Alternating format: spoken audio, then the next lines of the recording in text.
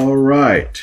Good morning, good afternoon, and good evening, everyone. I want to bid you all shalom. This is Dr. Yashua Ben Ephraim coming at you all once again with another great video.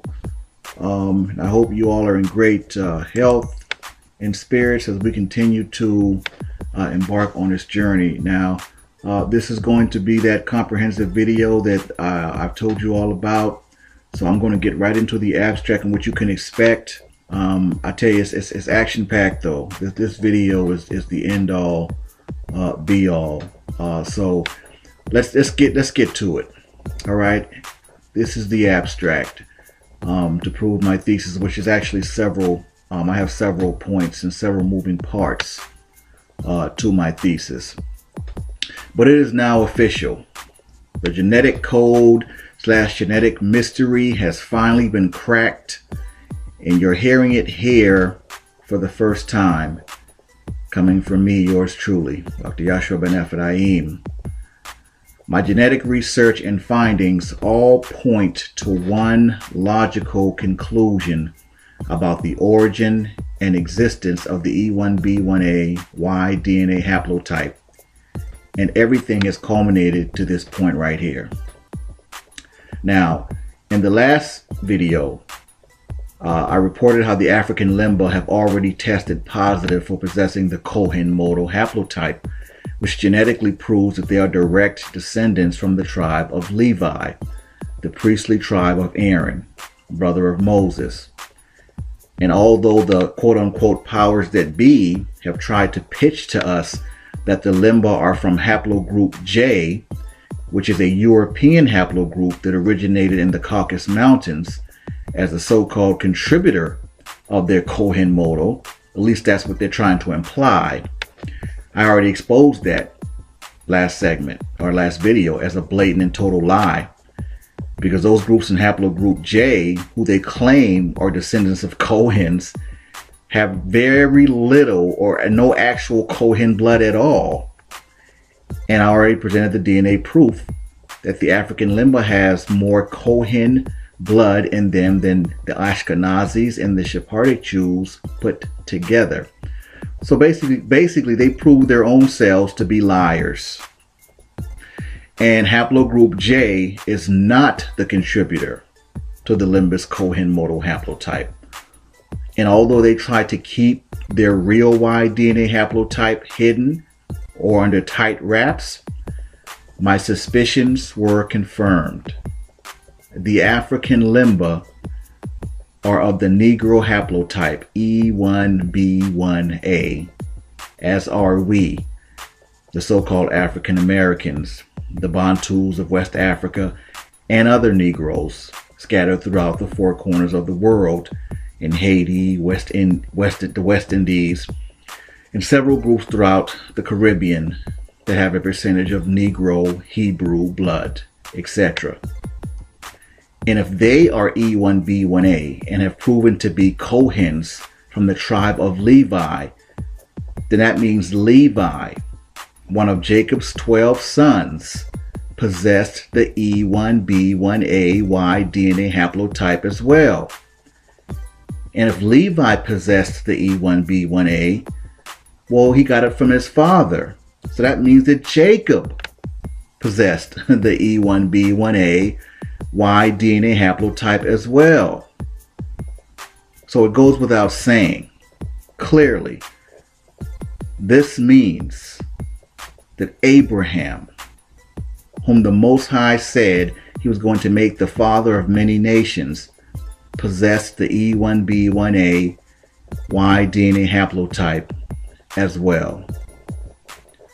So with all that said, the only logical conclusion is that the E1B1A Y DNA haplotype and all of its subgroups are actually the founding lineage of the ancient Israelite nation. And this has been kept hidden in a secret, not just from us, but the world. The so-called powers that be continue to do their best to keep this historical, scriptural, and genetic fact from all the rightful children of Israel who are scattered in America, abroad, and all around the world. The Negro-Y DNA haplogroup of E1B1A is the founding lineage of Israel. Jacob passed on the Negro-Y DNA haplotype to all 12 of his Negro sons, whom their mothers were Negro women, who became the 12 tribes of Israel. Now, I've taught ad nauseum that a male child automatically takes on his father's Y DNA and bloodline the minute he's conceived. And there's no disputing this genetically, scientifically, or scripturally.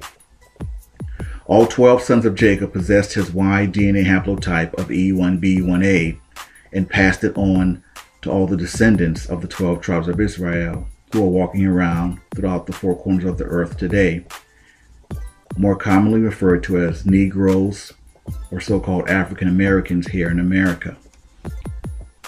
Now listen to me clearly, and this clears up any and all misgivings, misconceptions, misunderstandings, whatever.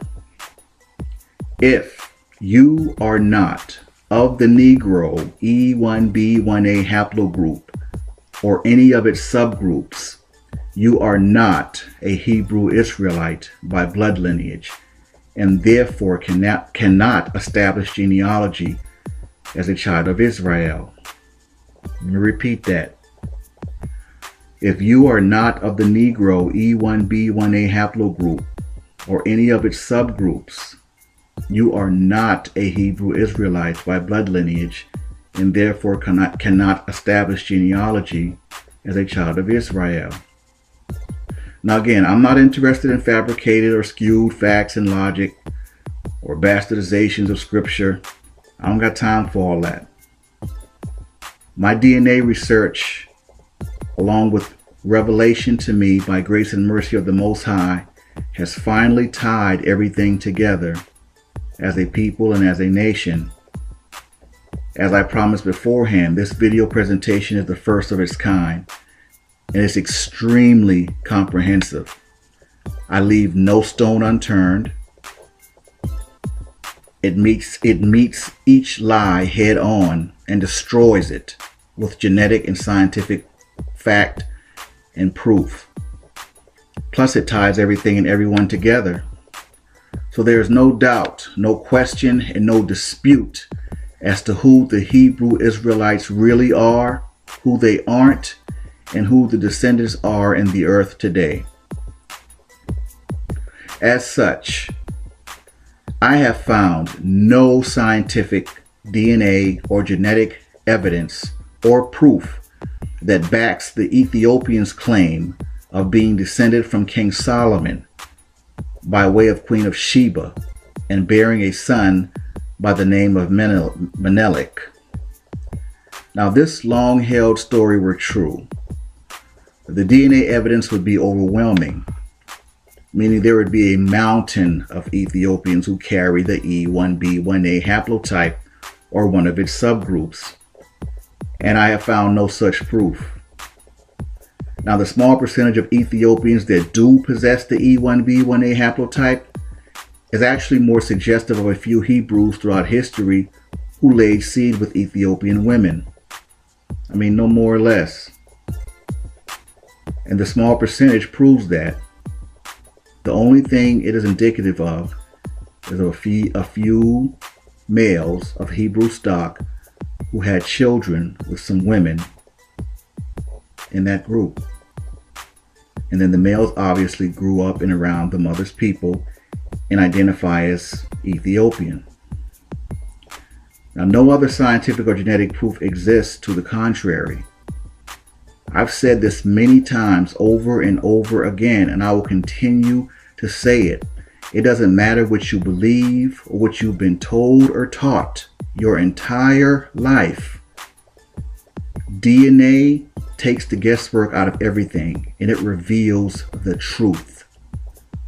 It lifts the skirt of the liars, the culture stealers, and oppressors.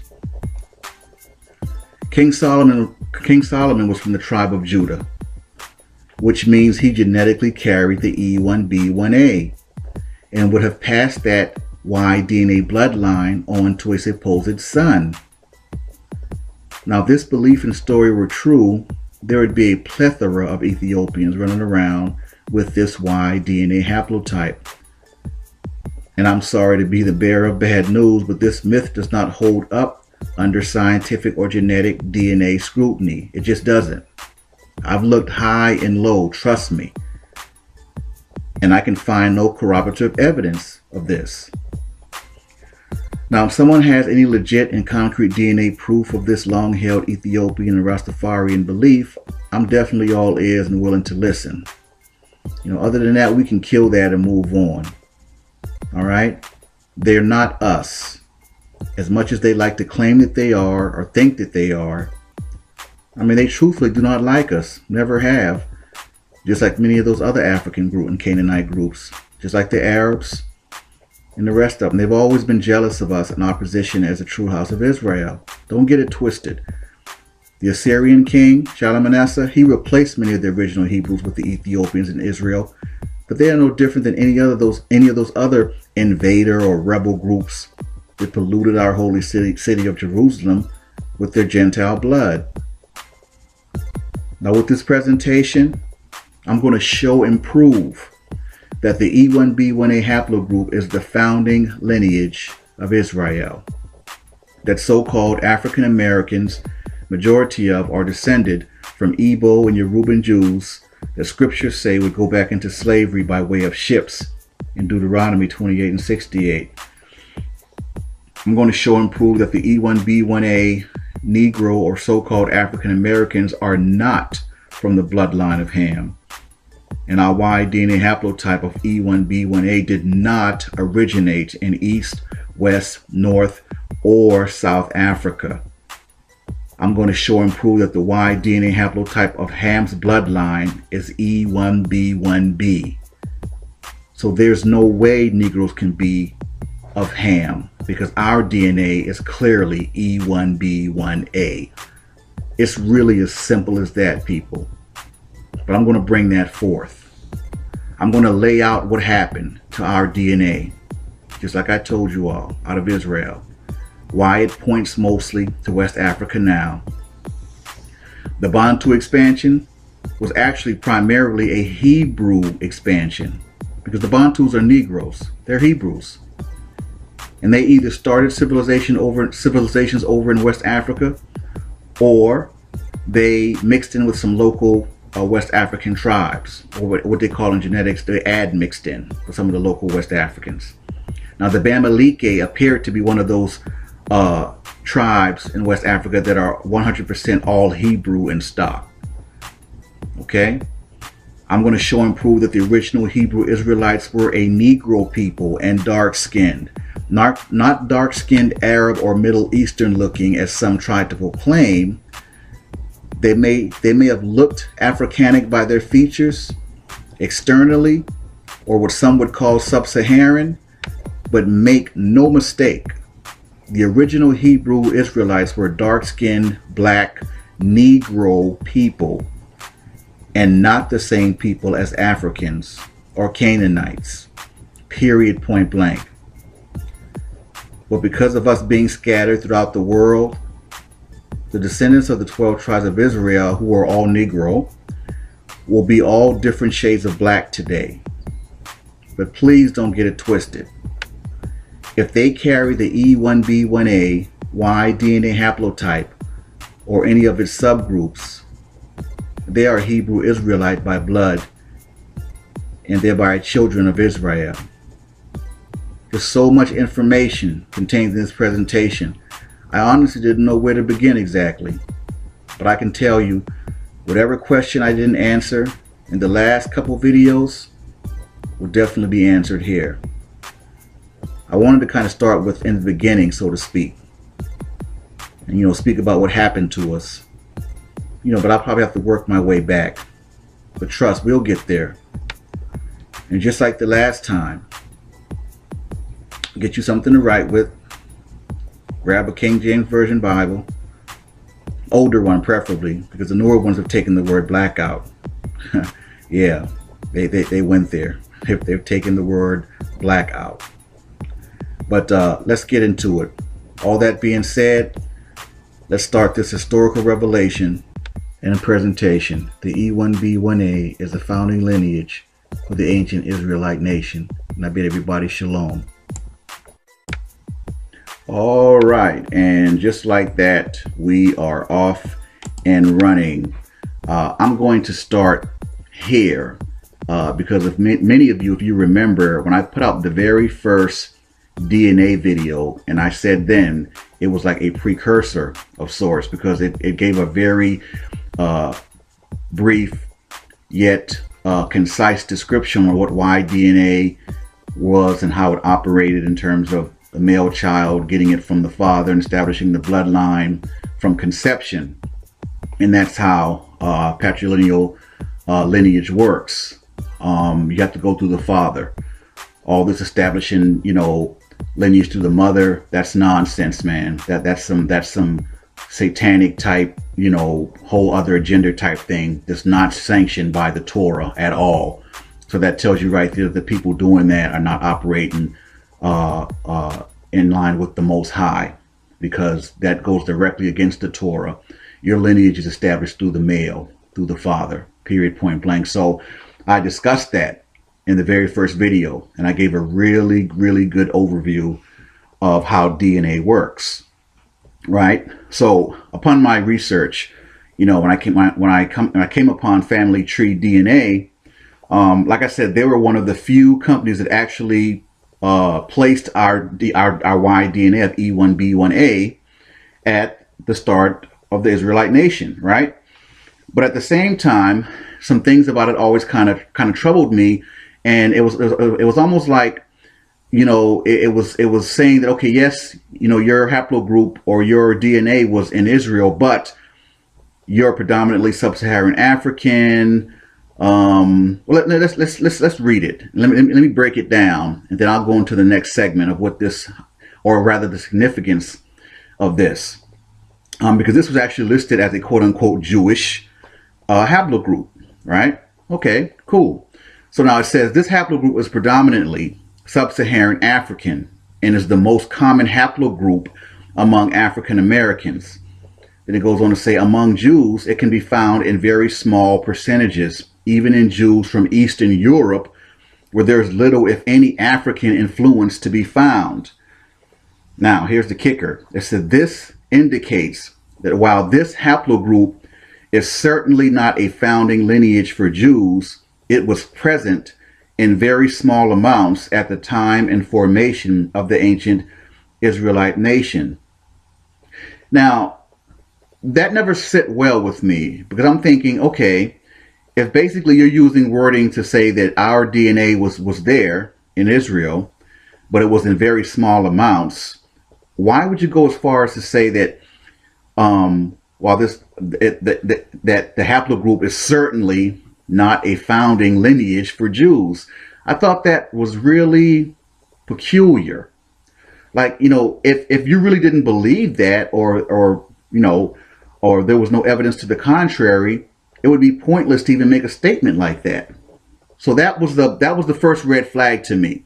Okay, they wanted to kind of hammer home, it seems like, that the haplogroup is so-called sub-Saharan African. And let me just state for the record, not to get too far ahead of the presentation, but the E1B1A, it points predominantly West African now, because that's where we in the haplogroup migrated to. And ironically, it's for the same reason why a lot of those European haplogroups are pointing to the Middle East. That's not where they originated.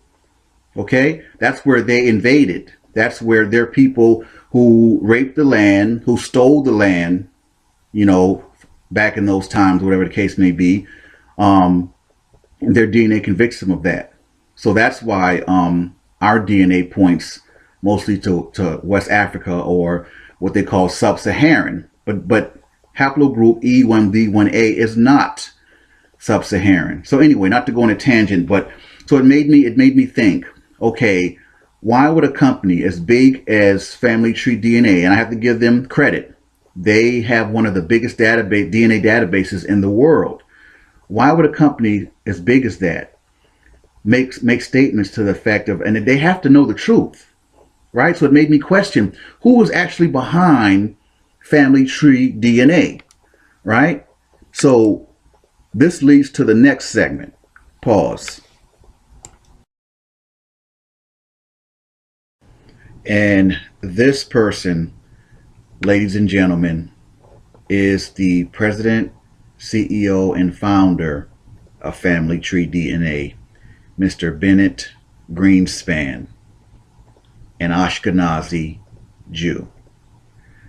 Now, I'm not one to jump on, conspiracy theories, Illuminati, all this kind of stuff. But at the same time, I'm a realist.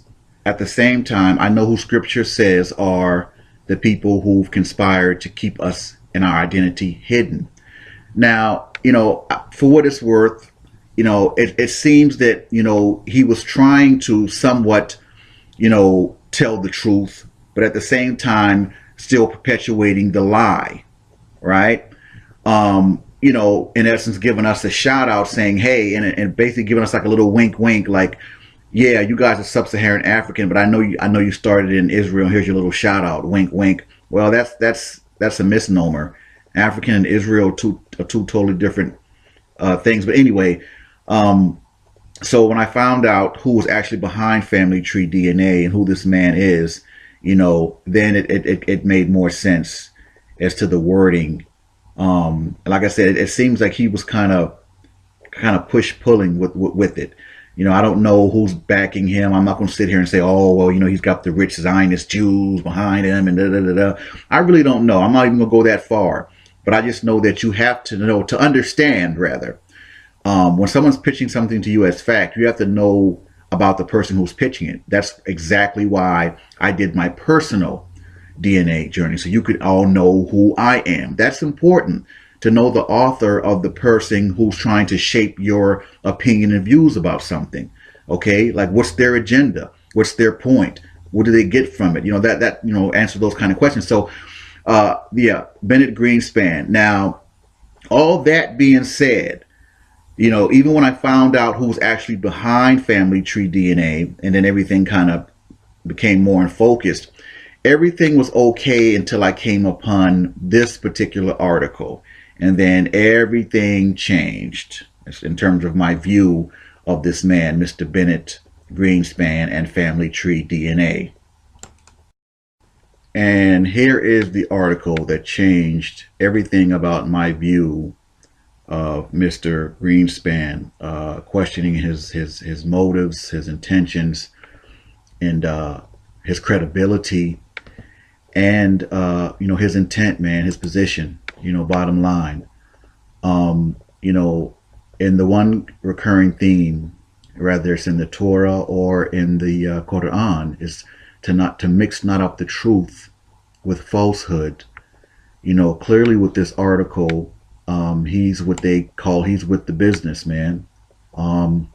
He's an Ashkenazi sympathizer, and he's continuing to perpetuate this myth and these enormous lies about the Ashkenazi Jews that occupy Israel today and that have been occupying Israel since 1948, originated in the Middle East. And I mean, this is an intelligent man with one of the biggest DNA companies in the world.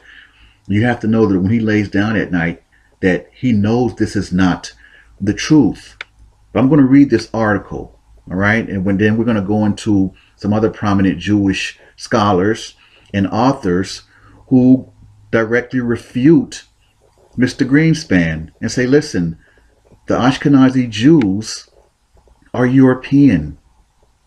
They're not they're not Hebrews, man. They are Jewish.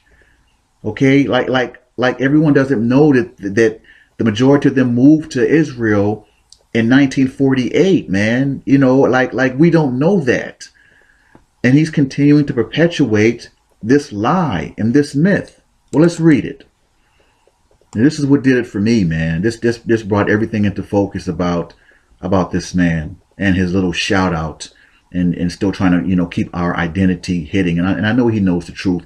And 5% ideology, he would be considered a 10%er because he knows the truth and he's keeping it hidden from our people and everyone else. Okay, it says, the founder and president of Family Tree DNA, one of the top U.S.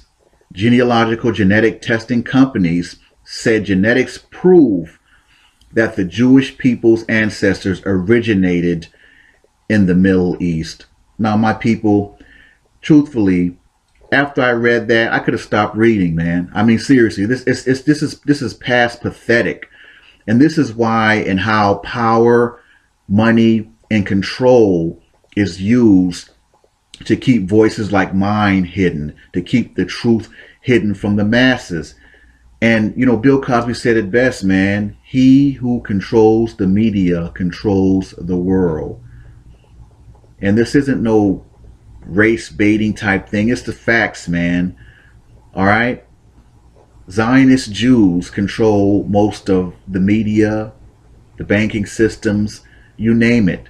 They are very rich and very powerful. They have the money, they have the influence to continue to espouse false information like this. Jewish people's ancestors originated in the Middle East? Really? And you put that out with a straight face? But let's read on. Let's read on. And it goes on to say, quote, we're not interlopers who came here from Eastern Europe. Now that's funny.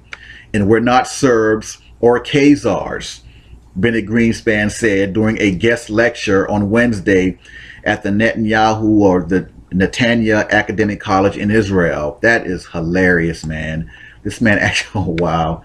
Greenspan refuted the idea stipulated in a book written by Tel Aviv University historian Shlomo Sand that modern Jews are not descendants of people who migrated from the Middle East, but of people who lived elsewhere and converted to Judaism. Yet another study published in 2012 by Harry Osterer, a medical geneticist from the Albert Einstein College of Medicine, showed that many Jews today do have distinctive genetic traits that can be pinpointed back to the Middle East. You can use whatever polemic you want to discredit the Jews or discredit the nation, but saying that we weren't here is a lie, Greenspan said. Wow. Isn't that ironic? A lie. Imagine that. Among, quote, no less than 75% of Ashkenazi, Sephardi, or Mitzrayim Jews, their ancestors came from what we call the general Middle East based on family tree DNA database data.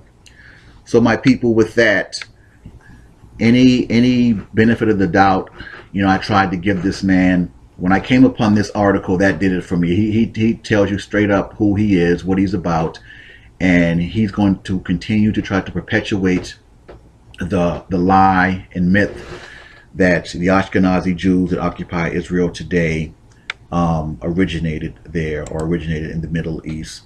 So you have to take that with a grain of salt in terms of, you know, this man is not credible when it comes to Hebrew Israelite lineage and getting the bloodline established, right? So, you know, he's going to continue to perpetuate this great, humongous lie, man.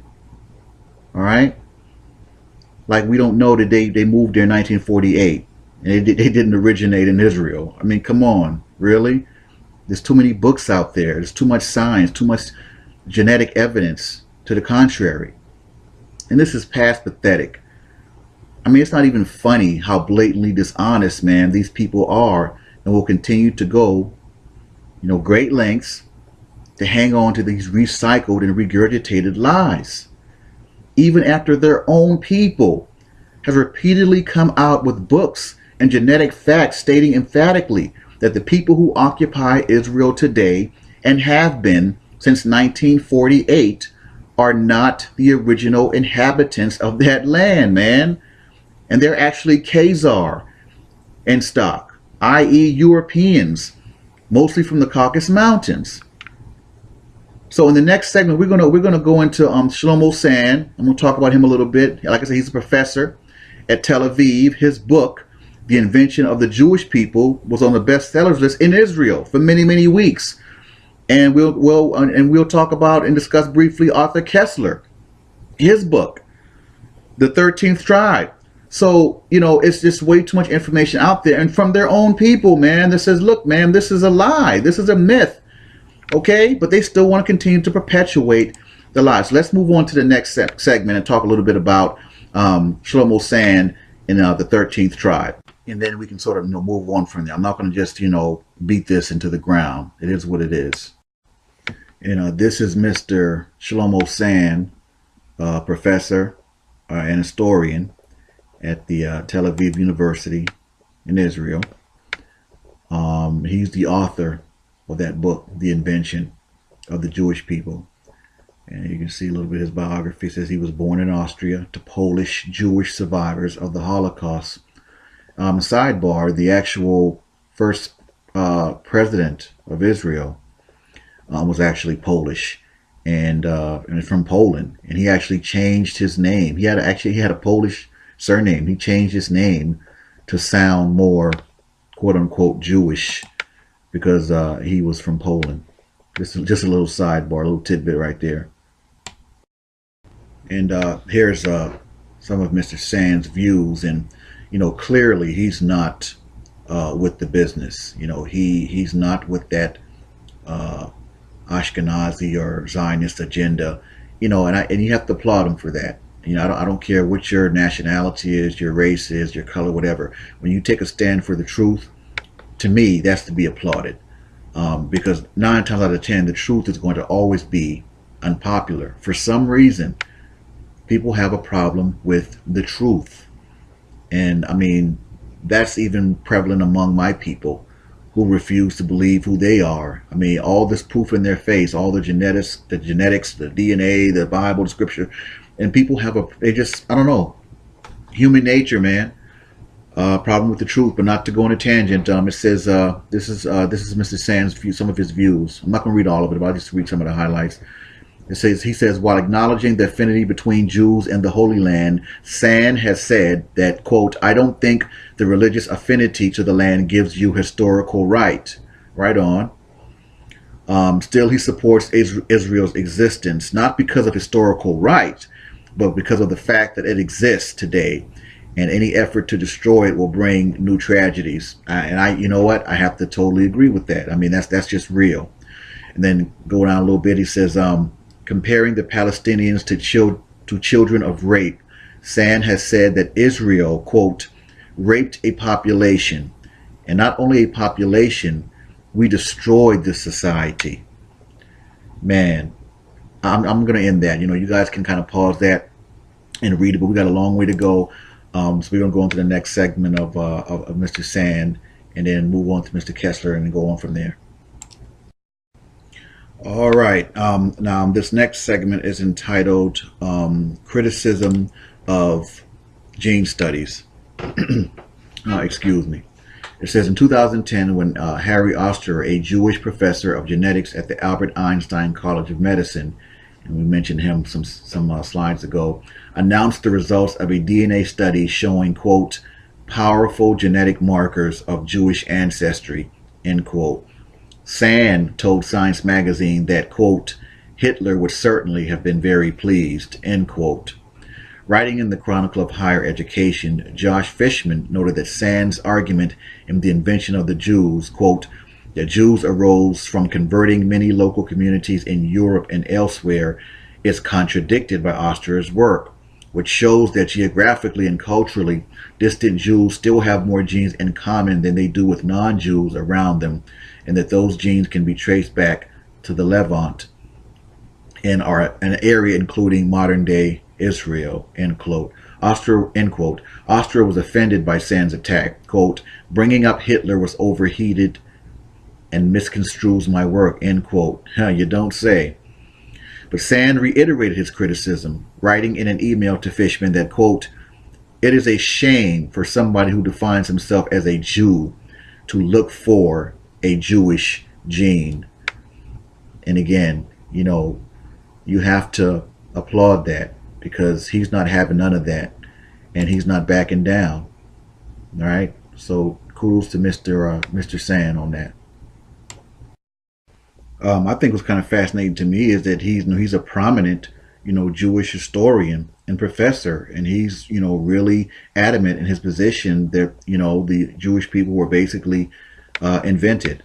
But his book, The Invention of the Jewish People, we read a little bit about it right here. It says Sand's best known book in English is The Invention of the Jewish People, originally published in Hebrew. Come down a little bit. It says the book was in the bestseller list in Israel for 19 weeks. It was reprinted 3 weeks from published in French. Yada yada yada. So and they said up to the top, it has generated a heated controversy. Of course, it's going to be heated. It's going to be controversial because it goes against the status quo. It goes against the he's not with the business, man. He's like, listen, this is not true. This is a myth. And he's not going to help perpetuate or take part in that lie. And again, we're done with Mr. Sand, but I got to give him props and shout outs for trying to take a stand for the truth. Got to respect that, man. Now, let me just reveal some things. First of all, is that the Jews who are brought in Israel, most of them are white. Not most of them, almost all of them are white, including me. I was brought in Israel from a country which is called Bulgaria. It's a European country, and I can tell you that in every European country there are Jews, and there is so-called organization, Jewish Agency, which is trying to take those Jews to Israel. If you track this organization, you can find out that this is not an Israeli organization. This is an American organization. Jewish Agency is an American organization which has the exclusive right to decide who is Jewish and who is not on this planet, and who to be taken to Israel and who's not. Now, if you do research, you will find out that in Africa, in Black Africa, they're looking for Jews only in Ethiopia. They bring Jews only from Ethiopia. And I can tell you by knowing a lot of people, Ethiopian Jews here in Israel, that they're treated very badly, very badly. And many of them commit suicide because they cannot take it. They come from some place, Ethiopia, they don't have much there, but they live decent life. And when they come here and try to be humiliated and so on, some of them cannot even take it. Now, what I'm trying to say is that why from each white country this Jewish agency is trying to bring Jews, and when it's about Black Africa, they're going to Ethiopia, and this is where they stop. The only one place. Now, because of the same thing, they're trying to do the white supremacy here. They try to bring white guys here and to take the supremacy over Arabs, which are the local citizens, and over blacks, which are so far they're only the Ethiopian Jews. Now, what I'm trying also to say is that another question is why America needs Israel. In Israel there is no oil like in other Middle Eastern countries. There's nothing they can be attracted to. But why do they do all these things? Why do they invest money, bring white people and so on? When they build their system of white supremacy, just like in America they build in Israel. Why? And I can tell you why. Because the true Jews, according to the Bible, you can check it in the Bible, you can read Job 30:30 and some other places. They have never been white. They have been people of color. And they have not stopped in Ethiopia. They were in Ethiopia, Sudan, and they have settled in West Africa. From West Africa, they have been taken as slaves to America. Brothers and sisters, blacks of America, it's you. You are the true Hebrews. You are the true Hebrews from the Bible. America gonna do everything, gonna invest as much money as it has, gonna fight as much wars as they can, gonna invite as much weapons as they can just to hide this away from you. Gonna take Israel, gonna bring white people here and to tell you these are the Jews, gonna kill you, gonna kill Arabs, gonna mistreat white people like this guy, just to tell you this lie that you are nobody and we are the Jews with all the history and so on. It has been deleted, your history. You don't know who you are. Don't forget about it. This is why America has been taking your history away, never to find out that it's all about you. I'm telling you this, please. I don't ask you to come to Israel and to start a revolution. I'm just asking you to start thinking this way, to believe me a little bit, because I'm living in Israel and I'm part of this injustice. I really believe that people like me and you, we can bring the justice back. Thank you. Wow. Emotional indeed, man. But I included that testimony because not only was it powerful, and he's one of many. This man is he's, by his own admission, he's a European Ashkenazi Jew living in Israel, and he's taking the time to say, hey, listen, black people in America, you are the quote unquote true Jews. It's you. So not only that, but I wanted you to also see that if you listen to everything this man said, he's telling you that America or these American agencies, they're with the business, man. They know the truth and they know what they're doing. So just, you can read between the lines, but just really listen to that testimony, man. I had to include that into this presentation because it was very relevant. I'm sure emotional for a lot of you and powerful at the same time. So we're going to go ahead and round out, Mr. Bennett Greenspan and end this segment on this Hebrew / Jewish DNA haplogroup, and then move on, to the next segment. But again, shout out to the gentleman in that video, and anyone of whatever ethnic background you are who is willing to take a stand, for the truth.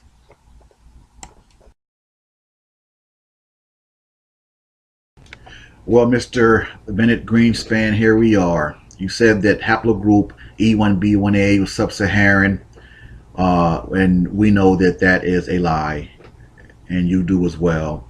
You said that the E1B1A is actually found in Eastern Europe where there's no Africans. Well, that should tell you that it's not an African haplogroup. You continue to contradict yourself and basically make yourself out to be a liar. But either way, and you also said that our DNA was, the E1B1A was found in very small amounts. That also is a lie. And you made it a point to try to say that that our haplogroup, the E1B1A, is certainly not a founding lineage for Jews. Well, that is the biggest lie that you've told, because not only was our DNA present, the E1B1A, but the E1B1A, Mr. Bennett, is actually the founding lineage for the Jews, or for the ancient Israelite nation, I'm sorry.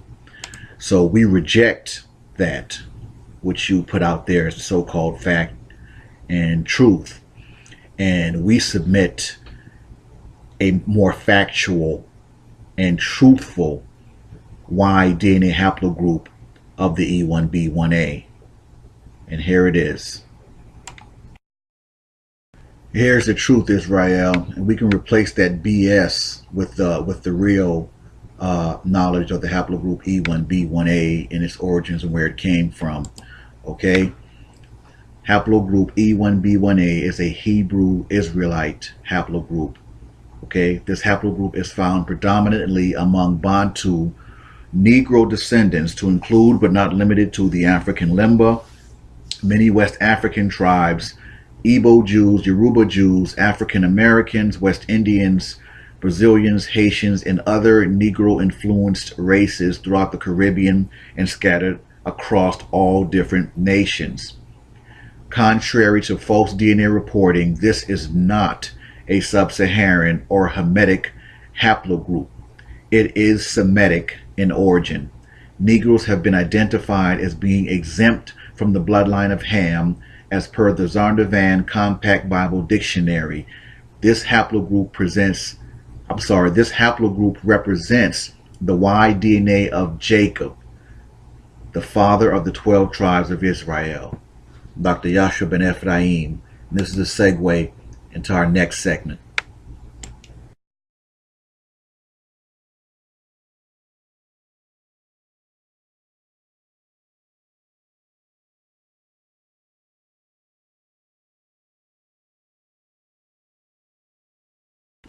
All right. Now, this is probably the foundation of one of the biggest lies about our people. This actually probably sets everything in motion as far as so-called the blacks being the quote-unquote curse of Ham. And actually, that whole curse of Ham stuff originated from the Jews, actually. And you could find that in their in that satanic Babylonian Talmud, that blacks are a result of the curse of Ham, which is a blatant lie, like so many others. Get in line, right? But that's where that whole curse of Ham thing came from. And you can find that in the Babylonian Talmud, which is a satanic book, and they already were outed as the synagogue of Satan. But I'm not going to go on a tangent. We're going to deal with this right here. So it says Ham, the youngest son of Noah, born probably about 96 years before the flood, and one of 8 persons to live through the flood. He became the progenitor of the dark races, not the Negroes, but the Egyptians, Ethiopians, Libyans, and Canaanites, or Africans. And that is in the Zondervan Compact Bible Dictionary as reference. Now, if you're like me, when I first began on this journey of discovering this truth, that really stood out to me. Not the Negroes, but it didn't give any other information. Okay, not the Negroes. So that would be the so-called African Americans. They're saying that we're not of Ham. So then who are we from, or where are we from? And what did it mean, not the Negroes? So anyway, let's fast forward a little bit. That term Negroes was actually defined a totally different way many years ago, before they did away with the definition of Negroes. Now pause that and frame that real quick. Now, remember how they always say, well, they always try to tell us, oh, you black people, you're from you're from the Bantu expansion, West Africa, yada yada yada. Well, guess what? Thank you, white people. You've been telling us that for years. But what you didn't tell us, and what you probably didn't even know, is that the Bantus are actually Hebrew Israelites. Now pause that. Now let's go back to not the Negroes. Now I'm gonna add this little piece, so the definition of Negroes can be defined of how it was defined many years ago before they changed it and took it out. Now, if they had never taken out the original definition of Negroes, we would have known that the Bantus were considered Negroes, and that we would have put 2 and 2 together. Wait a minute, Bantus, Negroes, black people from Bantus. Oh man, wait a minute. So okay, so we're part of that whole Negro thing. So when the Zondervan Compact Bible Dictionary says not the Negroes, it's saying basically not the Bantus, and not the people of that Bantu expansion. So I guess they didn't think, or that we would be able to read one day, or we would want to find out the information or find out the truth. So they said, "Oh no, they're getting too close. We gotta do away with that." So let me just pause that. I'm going to include this definition of not the Negroes, or I'm sorry, I'm going to include the definition of what Negroes originally stated, and then we'll get back on this segment.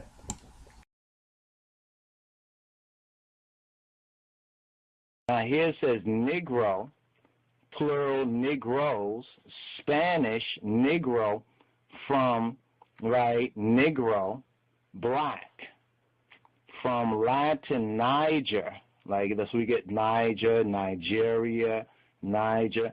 It says a person of the typical African branch of the black race. They don't talk like this anymore. It was too telling. They never thought that our people would read and study and seek the truth about who they are. So when we started to read these things and find out and use it as proof, this is where they had to, upgrade what they were saying to try to confuse folks who are not going to study and find out the roots. It says, formerly called the Ethiopian. Let's read the sentence again. It says, a person of the typical African branch of the black race, formerly called the Ethiopian. So before they were called the black race, what were they called? The Ethiopian, inhabiting the Sudan, or loosely, right, or loosely of any of the black races of Africa, including, besides the Negroes proper, Bantus, that Bantu word, Pygmies, Hottentot, and Bushmen. Maybe that's the reason why they have the clicks too. See language table. Secondary is a black man, a person having more or less Negro blood, more or less. Look at Negroid.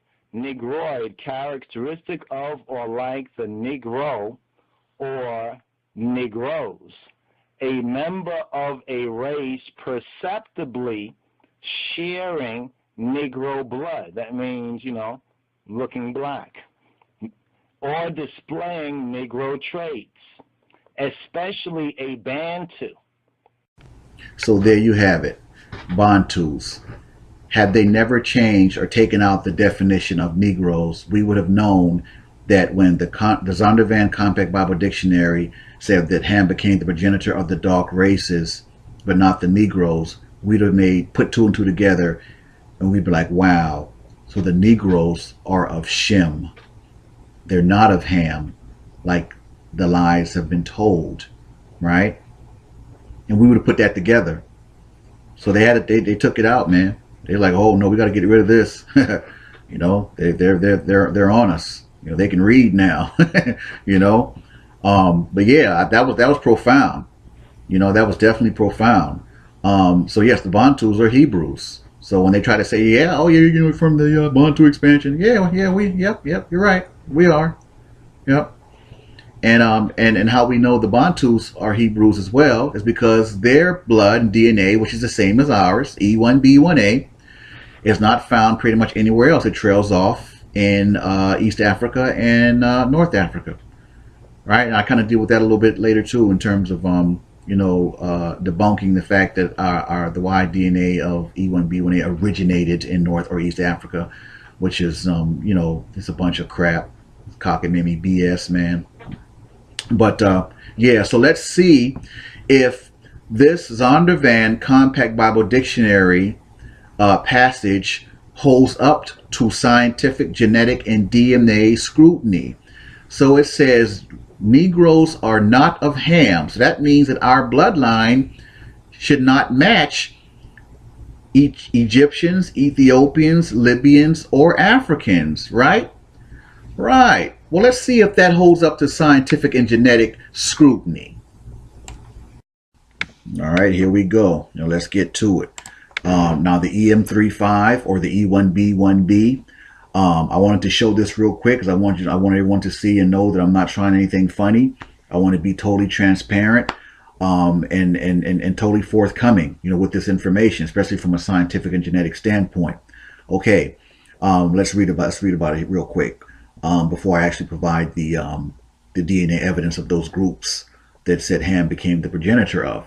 All right, this is the precursor. It says, for people who have tested and been assigned paternal haplogroup Y DNA haplogroup E1B1B or EM35, or are believed to have had this haplogroup based on descendants tested, defining mutations, M35. Okay, origin.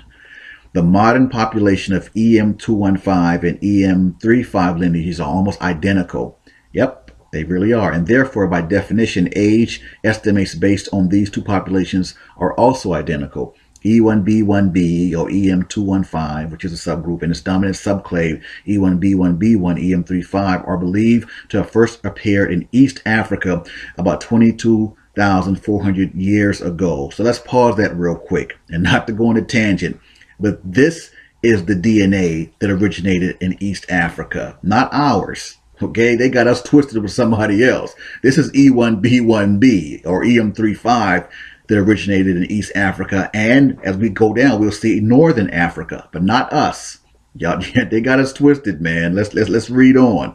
Distribution. The M215 is distributed as far south as South Africa and northwards into North Africa. You see, my people, see, we're putting it all together. Now it's becoming more in focus. From where it has in more recent millennia expanded to Europe and Asia. M35 is the predominant subclave of E1b1b, representing almost exactly the same population. Now check this out.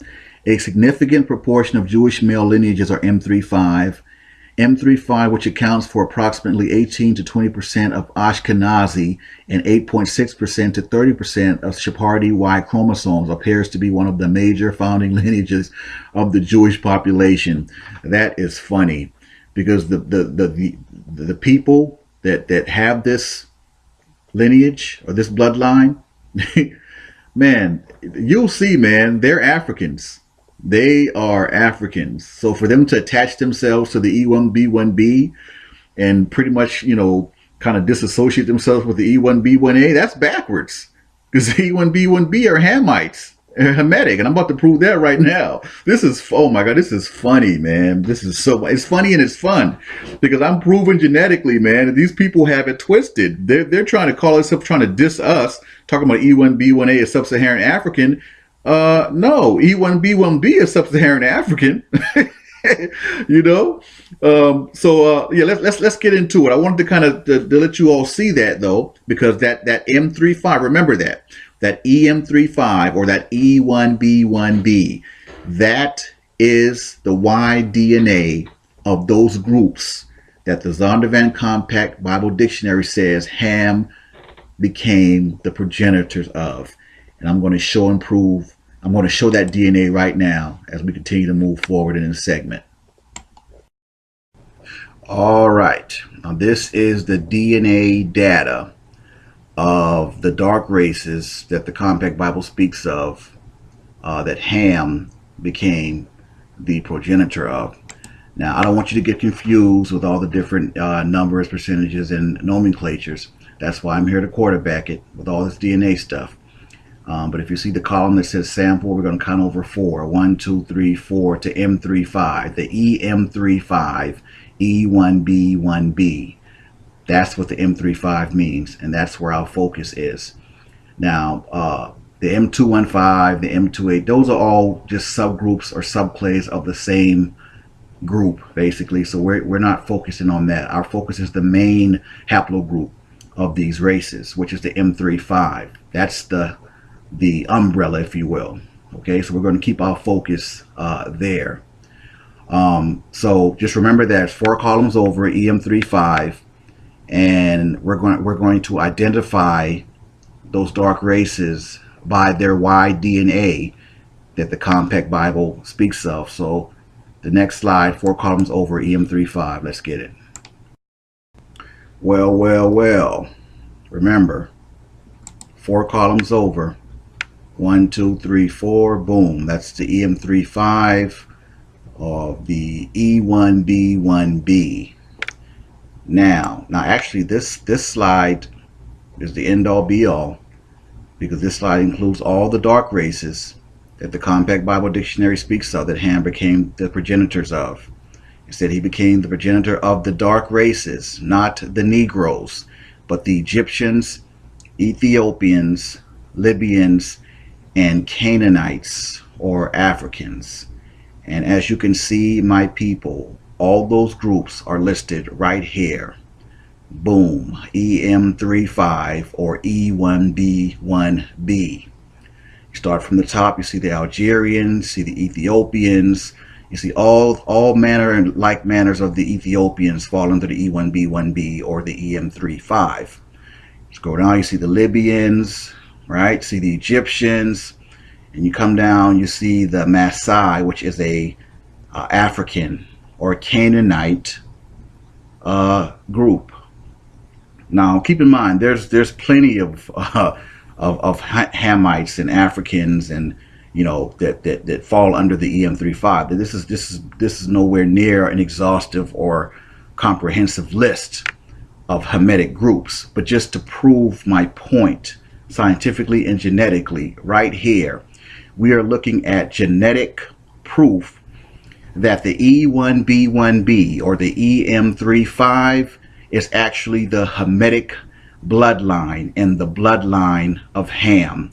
So when it said not the Negroes, that proves it right there. It's in their face, man. We have the genetic scientific proof right here in front of us. We're looking at it together. Okay, so I'm establishing the genetic haplogroup of the Hamitic bloodline, and obviously it's E1B1B or EM35 or any one of those subgroups that fall under there. There you go. So with that said, let us continue. Okay, I wanted to kind of add this as an addendum of sorts to the EM35 or the E1B1B designation for the Ham bloodline, just so you all can kind of see. Haplogroup EM215, like I said a few slides ago, that's a subgroup of the EM35, right? Possible time, approximately 22,400 years, yada yada. Now North Africa, that's key. North Africa. Now their ancestor, who's their ancestor? EP2. Descendants. Again, see that haplogroup EM35 and EM281. Again, all subgroups of the EM35. Now, just so in case you're wondering, well, who's the EP2? I know all these little small nomenclatures can be kind of confusing, but just I got you. Who's the EP2? Well, let's see. Haplogroup EP2. Who are they?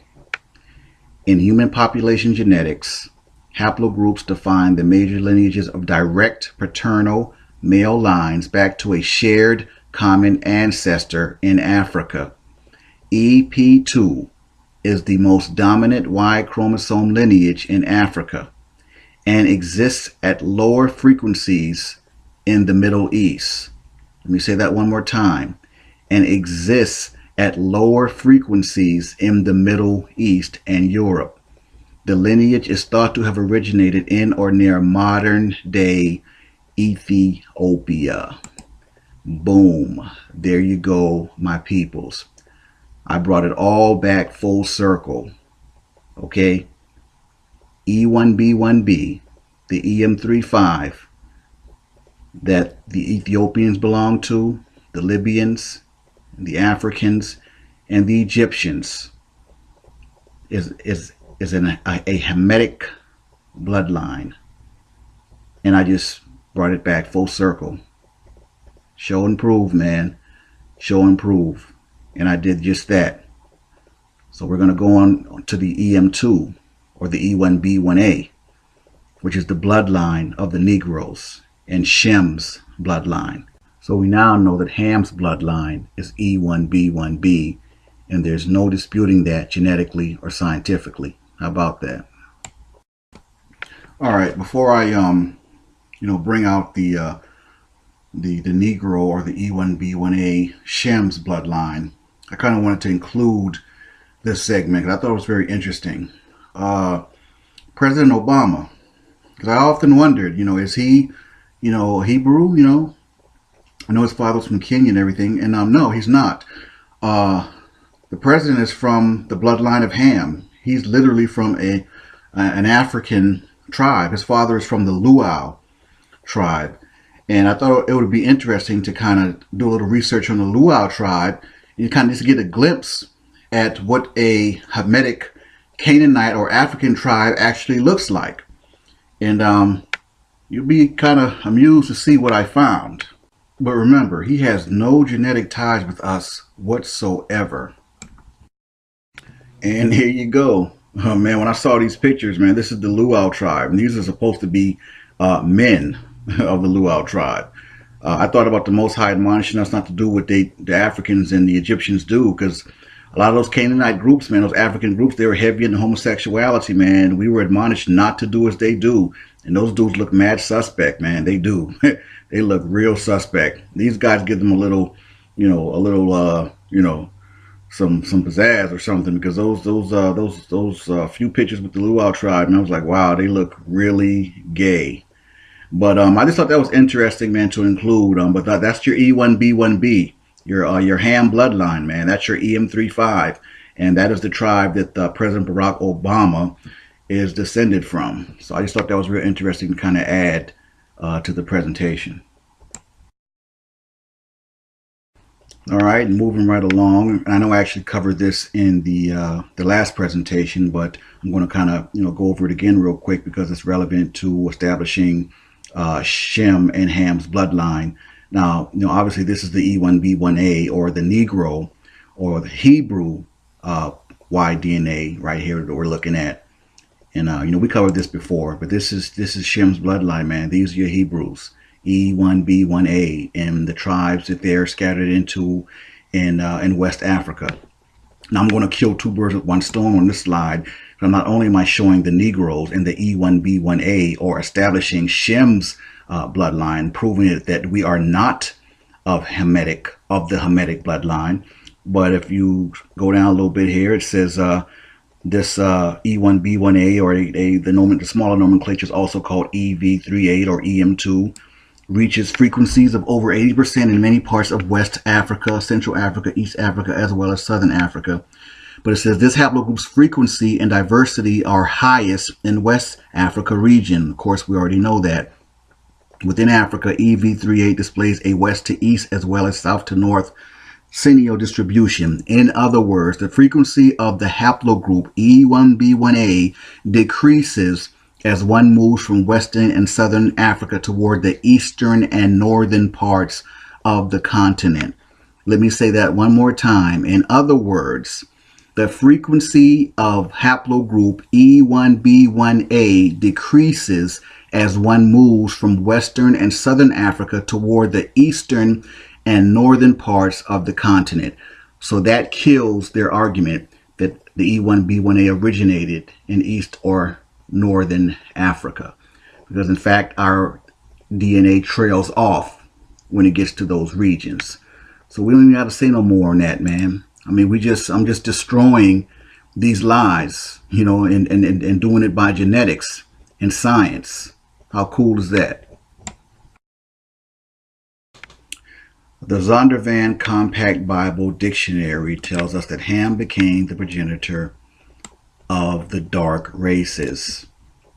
All right, and then it went on to name the dark races that he became progenitor of: the Egyptians, Africans, Canaanites, and Ethiopians, but not the Negroes. And if the Negroes, who are also known as African Americans here in America, are not of Ham, that would mean they are of Shem. Does science and DNA support this revelation? Yes, I'm proving that it does. By wide DNA evidence and genealogy, it is clear that Negroes and or so-called African Americans are not from the Hamitic bloodline of those groups listed in the Zondervan Compact Bible Dictionary, which clearly shows they are not from the bloodline of Ham. And here's more genetic proof before I conclude this segment. So, okay, what we're looking at here on this slide is I have them side by side. I've already genetically established that the Zondervan Compact Bible Dictionary lists the groups that are the bloodline of Ham. And they are the Ethiopians, the Egyptians, the Libyans, and the Africans or Canaanites. And I established that those groups are actually E1B1B or EM35, which establishes firmly that that Y DNA haplotype is the bloodline of Ham.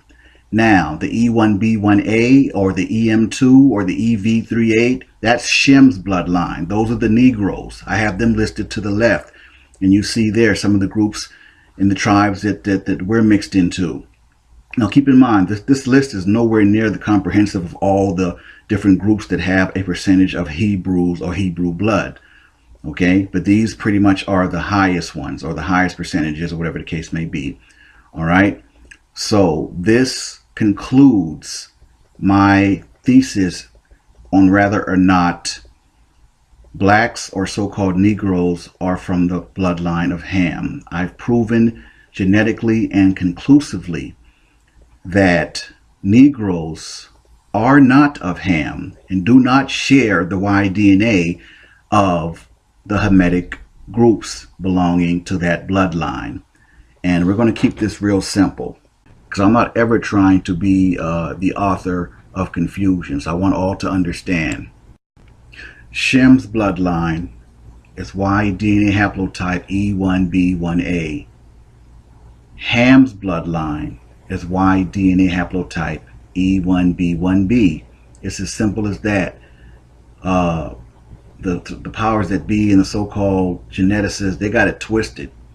You know, they really have it twisted. E1B1B is actually the sub-Saharan haplotype, and they're attaching themselves to E1B1B, so they're basically jumping from Japhet to Ham, which I find is hilarious. You know, the Ashkenazis and all those guys in those groups, you know, they're really quick to kind of attach themselves to E1B1B in some way, calling it Jewish. Which, let me say this real quick: there is no way you can actually test for a quote-unquote Jewish gene. That's just kind of crazy. You know, Judaism is a religion. You can't. There's no such thing as a Jewish gene. How do you test for Jewishness? I mean, either you're from Israel and you're an Israelite by blood, lineage, and genealogy, or you're not. Simple as that. So I just kind of wanted to say that real quick. But anyway, not to go off on a tangent, Shem's bloodline is E1B1A, contrary to a lot of the false information that's out there. And Ham's bloodline is E1B1B, and it says not the Negroes. And I've proven conclusively and emphatically that Negroes are not of the bloodline of Ham. The DNA evidence submitted on the groups, the Ethiopians, Libyans, Egyptians, and Africans who Ham became the progenitor of, all possess the E1B1B Y DNA haplotype. All right, when it said not the Negroes, well, Negroes possess the E1B1A Y DNA haplotype, proving genetically and conclusively, once again, Negroes are not from the bloodline of Ham. This concludes this segment. On to the next.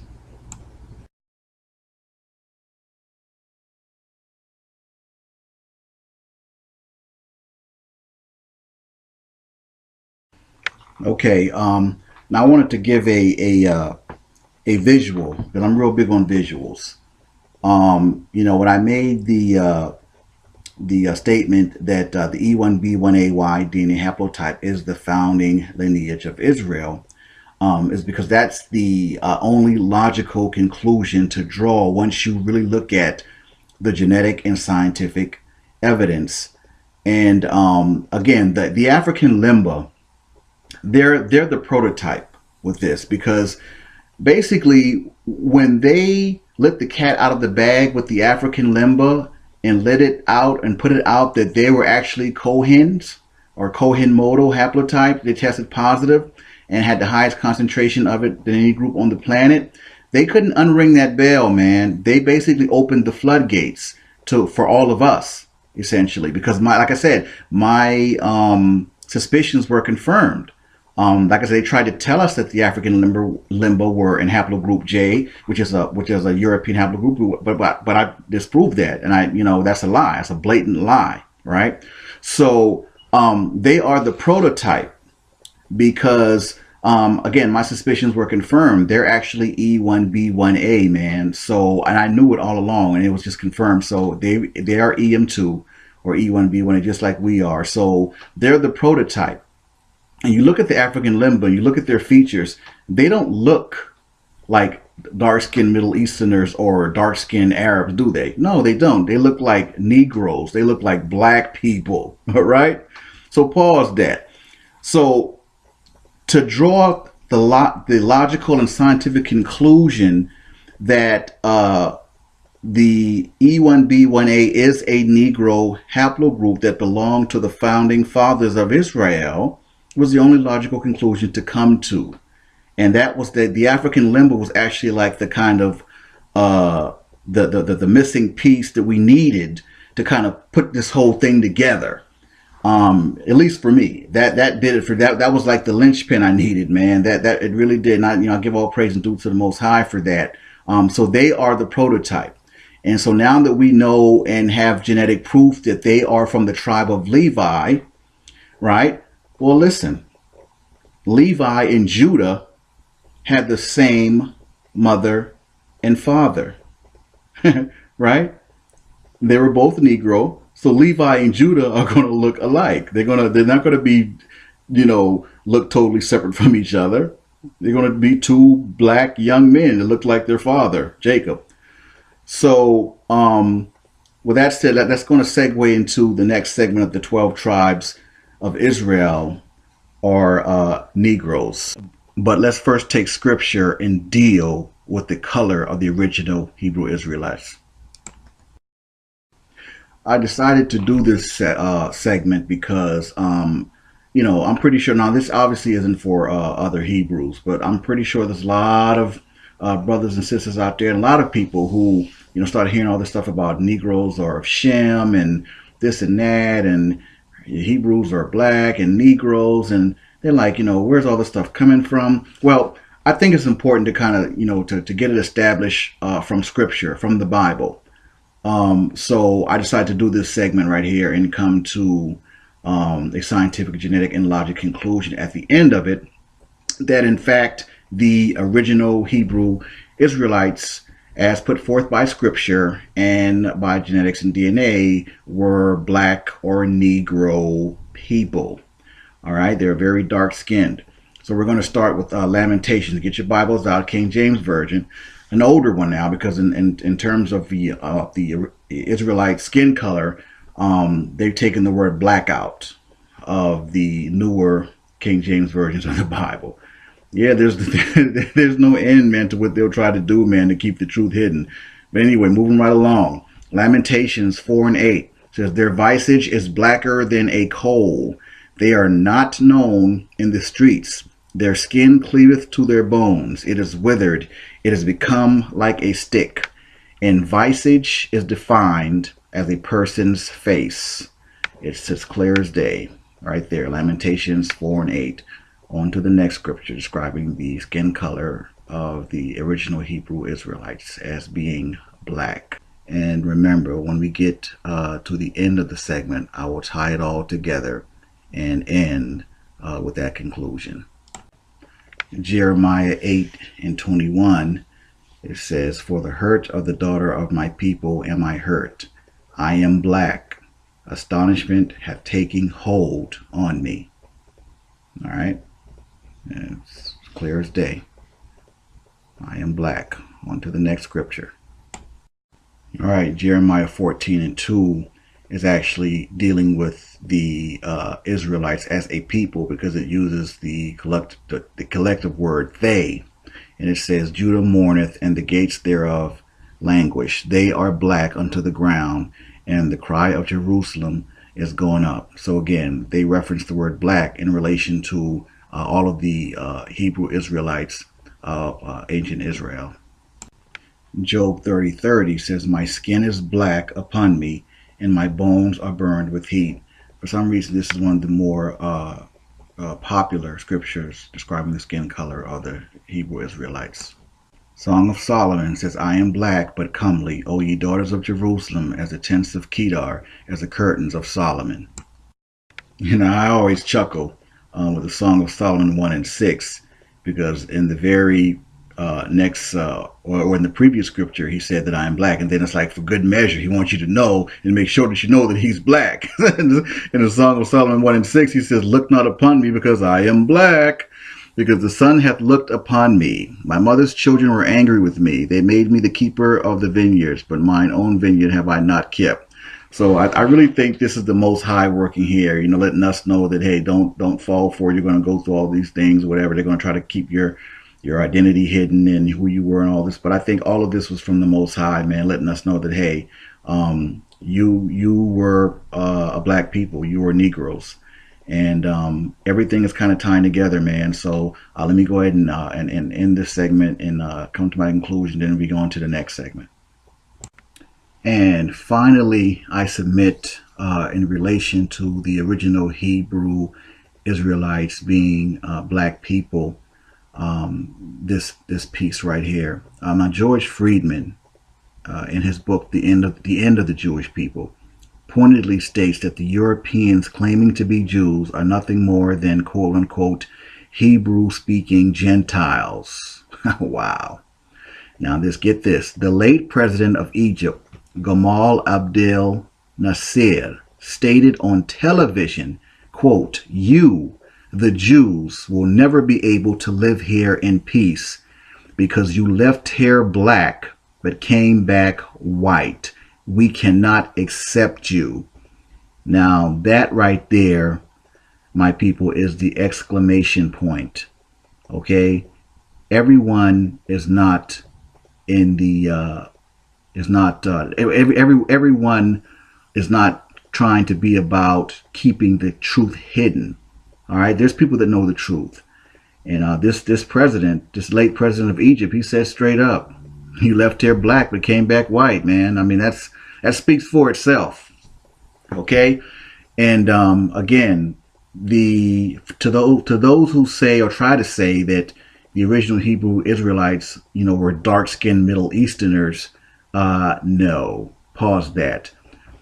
Look at this picture of the African Limba, who are from the tribe of Levi. Now you tell me, do they look like dark-skinned Middle Easterners to you? Do they look like dark-skinned Arabs? No, they don't. And remember, the African Limba, they're our prototype.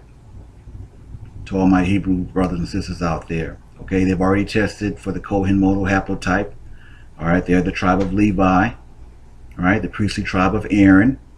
Okay, they let that cat out the bag for us. Thank you, geneticists over in UK, whoever did that. We appreciate you. But in all seriousness, with that said, given all the information that I presented, given all the scriptures as it relates to the color of the original Hebrew Israelites as being black people, the fact that the African Limba are the descendants of the tribe of Levi, and they are clearly a black Negro people, it only leads to one logical conclusion, and it's that the original Hebrew Israelites, I conclude, were a Negro dark-skinned people, not dark-skinned Middle Easterners, but black Negro people.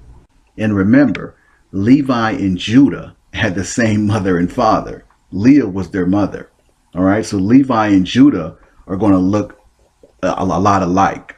All right, just to kind of add to that. So before we kind of end this segment, I think I've proven conclusively and genetically that the original Hebrew Israelites were definitely a black Negro people, not dark-skinned, Middle Eastern looking or Muslim looking or all these crazy things I've heard out there. No, they were a black Negro people. I want to add this as a sort of like addendum. I want to add so I don't have to do a whole different segment. I want to add the Y-DNA evidence of the African Limba, and as well as the Bantu in comparison with each other. Okay, I think that would be very, it would definitely add to the presentation. And like I said, I won't have to do a separate one for that.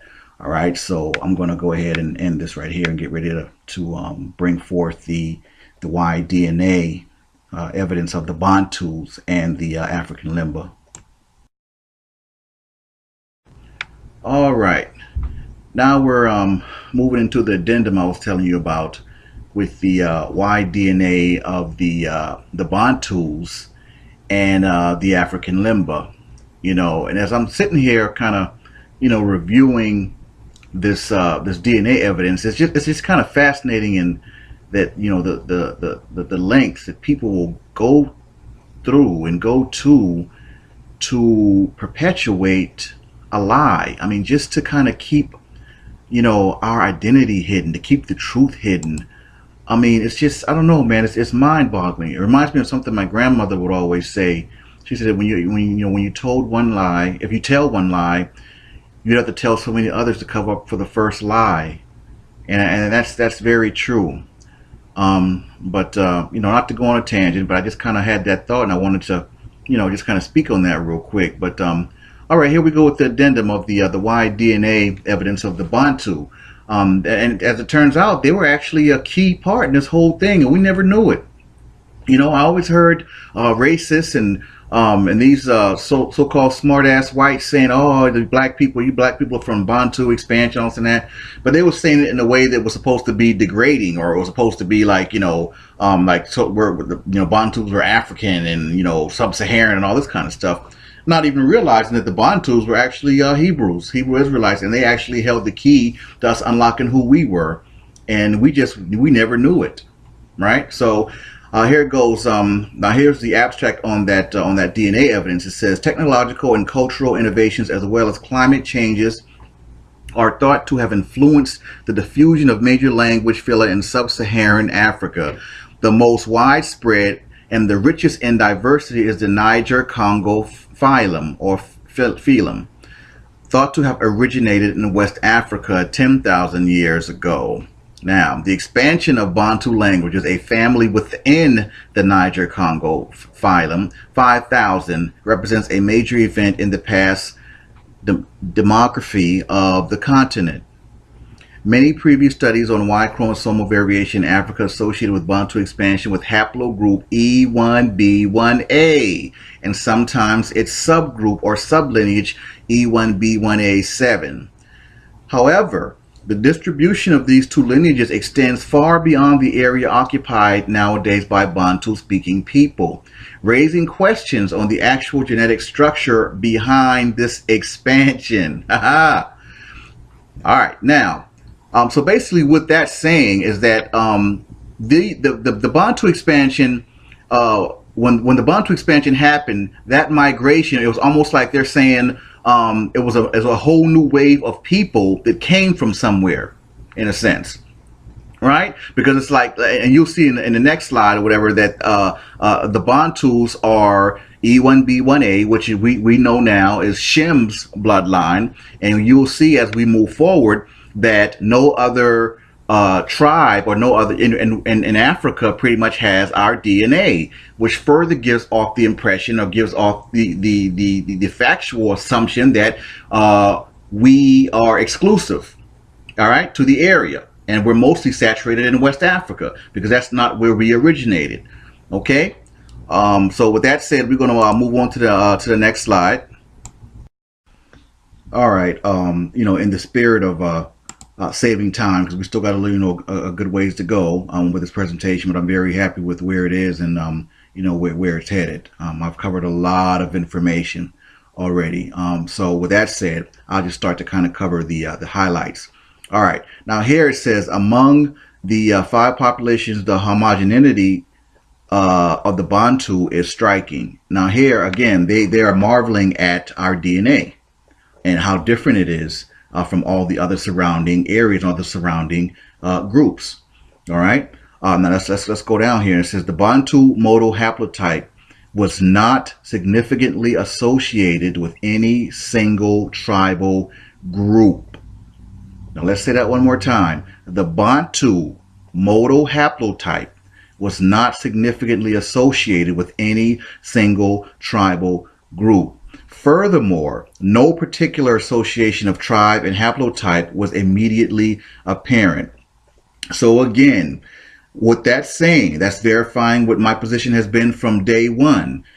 Our DNA is exclusive to Africa, Western, Eastern, Northern, and Southern, because our DNA did not start there. That's why they're marveling at our DNA, talking about it striking and all this and that, because it's so different from all the other tribes and all the other so-called African groups in that area, because we are not from the same bloodline. That's all that's saying.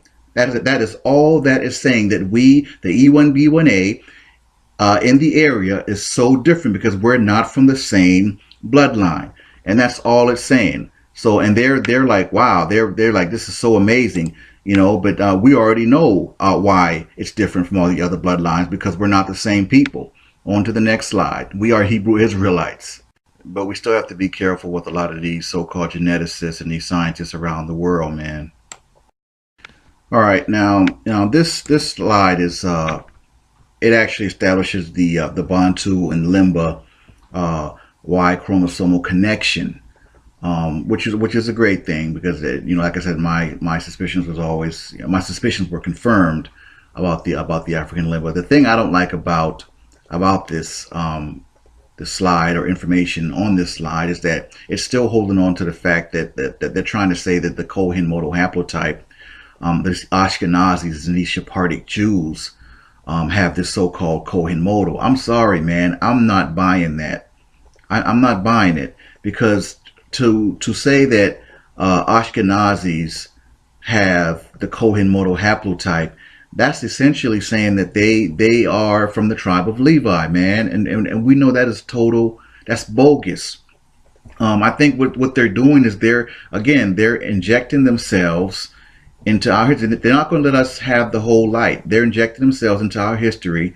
They're saying, okay, yeah, okay, you got us. We'll give the Limba the Kohen modal, but you know they're still pushing this whole Ashkenazi Sephardic Jew thing, man. Kohen, listen. They are not Kohens, man. I'm not buying that. That's why black people, we really need our own geneticists. We need our own scientists to conduct our own DNA tests. We really do. I mean, what I'm doing, my work and my assignment is important, but I'm not a geneticist. You know, I can't, I wouldn't know how to separate STR markers from, you know, I'm not a geneticist. I'm just a brother who's enlightened, who's intelligent, and I have enough knowledge about DNA to give what I'm giving you. But we need more black Hebrew geneticists, man, to conduct our own experiments and not totally trust the science of whoever else. Because I think they're mixing up the truth with some falsehood. That's what I really feel in my spirit. You know, I really feel, I'm just not buying that Ashkenazis have no Kohen modal. I'm sorry, I'm not buying that, man.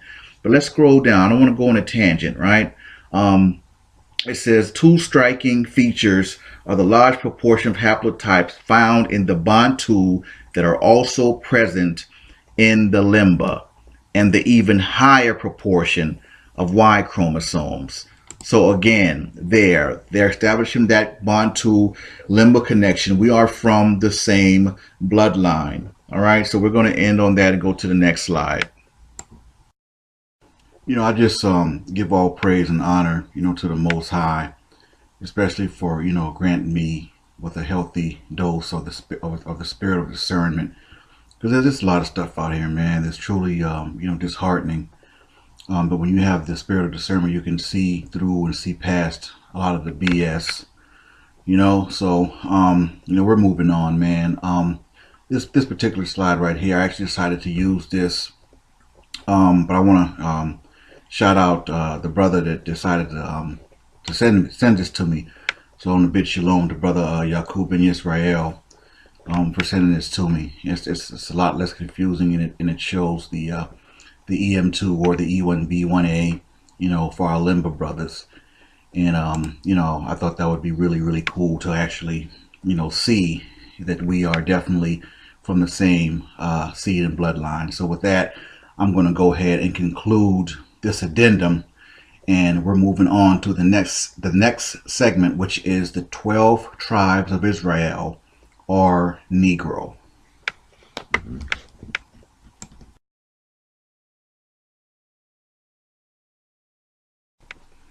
All right, so here we are, the next segment. And as many of you already know, I'm very visual. I like to provide visuals to my presentations. So, you know, I think it's you know, you get more from a visual, actually seeing versus just hearing words, you know, and talking about something. Now, this is a very, I mean, this whole presentation is important. But I really want to touch on a lot of things with the whole 12 tribes. I'm going to keep this and make this as basic genetics 101 as I can, especially considering, you know, I've already done the 12 tribe chart genetic breakdown. So please continue to share that video, and because there's still a whole lot of people out there who, you know, who just have no clue and don't know the truth about, you know, the 12 tribes and everything like that. So there's really no need to try to incorporate a whole bunch of or groups of people who are simply not Israel. They're not Hebrew Israelites, that they do not belong. And I've already covered this. I covered this in the abstract. If you are not of the Negro E1B1A or any of its subgroups, you are not a Hebrew Israelite. And it's as simple as that. I've already logically and scientifically and genetically made the logical conclusion based on all the evidence that I've submitted so far that the E1B1A is the founding lineage for the ancient Israelite nation, meaning Abraham, Isaac, and Jacob possessed this E1B1A. So yes, this is the bloodline of Shem, contrary to all the information that's out there saying the exact opposite. Okay, and I've already proven that. No one can dispute that. So with that said, let's get into it. Let's deal with this. I'm gonna bring this out because there's still a lot of stuff out there that's just not quite right or whatever. So all right, now we're gonna keep this simple. Okay, Jacob was a black man. He was a Negro. All right, I've already established that, so I don't have to beat that about your head or whatever. Jacob was a Negro. Okay, he possessed the E1B1A Y DNA haplotype that he passed on to all 12 of his Negro sons. Now, to hammer that point home, the 4 women that had his children were Leah, as you can see, Bilhah, Zilpah, and Rachel. All 4 of them were Hebrew Negro women. So a Negro man and a Negro woman is not going to have a Negro child in a Mexican or a Negro child in an Aborigine. I mean, come on, man. We need to get rid of all that. That's a bunch of foolishness. All those groups or those people, listen, stop it. Okay? Stop it. The 12 tribes of Israel are Negro. Bottom line. Okay? The 12 tribes of Israel today represent the E1B1A and all of its subgroups. That's Negroes and their seeds worldwide. Okay? So, with that said, it's simple. Like, for example, and I think I kind of touched on this a couple slides back, but Levi and Judah, matter of fact, Reuben, Levi, Judah, and Issachar were all born of Leah. So that means they had the same mother and father. Okay? So there's no way that a group of Indians are going to be from Reuben and a group of Mexicans are going to be from Issachar, and then you got Levi and Judah, this supposed to be Negroes. And come on, man, that's just foolishness. Okay, let's kill all that 12 tribe stuff. That's foolishness, and genetics will never support that. Okay, let's stop that. Let's kill that, man. That's just foolishness. Okay, they had the same mother and father. Okay, Leah didn't birth a Mexican. She didn't birth an Indian. She birthed 6 black children for Jacob. That's what she birthed. 6 Negro males. And let's just keep it 100. Let's keep it all the way funky, man. She birthed 6 young black babies for Yaqub. Okay, and that's just that. It's as simple as that. All right, so we can just kill all that, and I think I've presented enough genetic evidence about the not only the complexion but the race of the original Hebrew Israelites. So I don't want to beat this about your head ad nauseum. I really don't. But I think it's important to address this because, there's, like I said, there's still a lot of misinformation out there, and these guys running around, talking about this 12 tribe chart stuff. And it's just ridiculous. You got, brothers out there got Aborigines thinking that they're Israel, man. I mean, come on with the foolishness, man. This is just foolishness. Stop it. Please stop it. All right. I mean, even if your intentions are pure, okay, you have no right, you have no authority, making people Israel or children of Israel that are not. It's as simple as genealogy, man. You have the bloodline or you don't. If you are not, the Negro is the key to Israel, period. If you do not have the Negro haplotype of E1B1A or any of its subgroups, you are not a Hebrew Israelite. Okay, and I'm moving on from that. But with all that said, and I want all of you to understand this, you need to get off this sort of racial or racist ideology about the 12 tribes of Israel and the descendants of the 12 tribes and all this race mixing stuff and all this. That's a bunch of foolishness. Okay? The 12 tribes or the descendants of the 12 tribes today, yes, it's going to be Negro, but it's going to be all colors of Negroes. You have to understand that. Okay? The Hebrews have laid seed with all different races since we were scattered all over the world. That's just the harsh reality. Okay? But if a black man, rather he looks like Tiger Woods or Blake Griffin, okay? If he has the E1B1A Y DNA haplotype or any of his subgroups, that man is a Hebrew Israelite. I don't care if he looks like a black Chinaman or a black Filipino, whatever it is. It's all about DNA. It's all about that genealogy. Okay, the fact is, the descendants of the 12 tribes of Israel walking around today are all different shades of black people. Not black people and Indians, black people and Aborigines and all this different kind of stuff. Yes, the Puerto Ricans, the Dominicans, the Cubans, yes, they all have a percentage of Hebrew Israelites. Not all of them, but they do have percentages of Hebrew Israelites within their group. So let's kill all this whole racist thing. The 12 tribes, the descendants of the 12 tribes of Israel walking around in the earth today are very mixed looking in terms of different shades of black. But make no mistake, it still boils down to the Negro, that E1B1A bloodline of Shem. So with that said, I'm going to run off a whole bunch of pictures and slides of what the descendants of the 12 tribes of Israel look like today.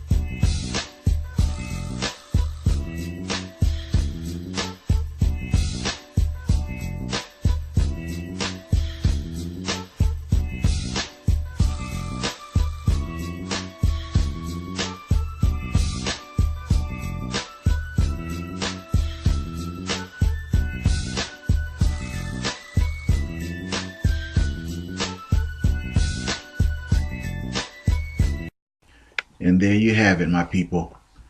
That is what the descendants of the 12 tribes of Israel look like walking around the earth today. Very diverse looking mixture of black people. Bottom line. All right. We're moving on to the next segment.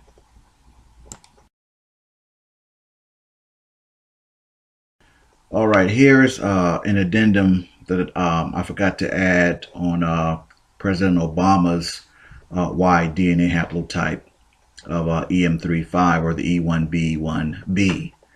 And it clearly states, you know, his father is from the Luo Nilotic from East Africa, Kenya.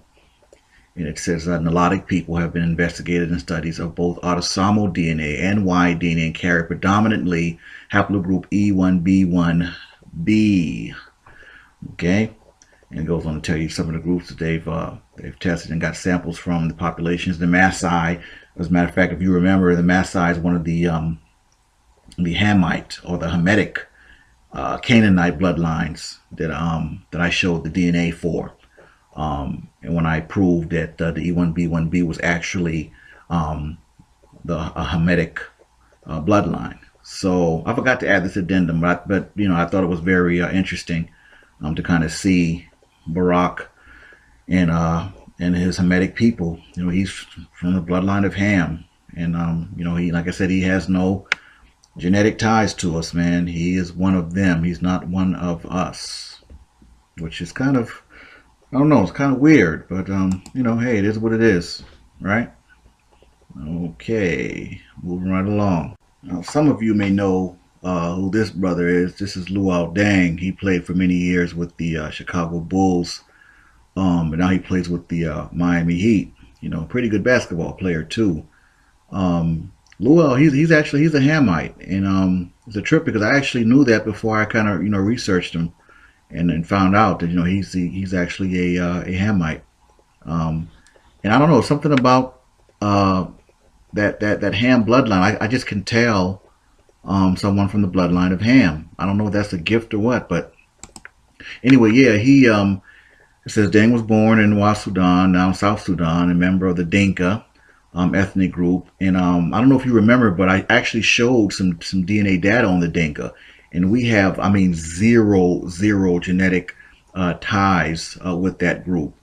I mean, it's so clear, man. I mean, the people that we are not a part of in terms of bloodline, but you cannot tell more than half the world that. they're just lost in the sauce, man.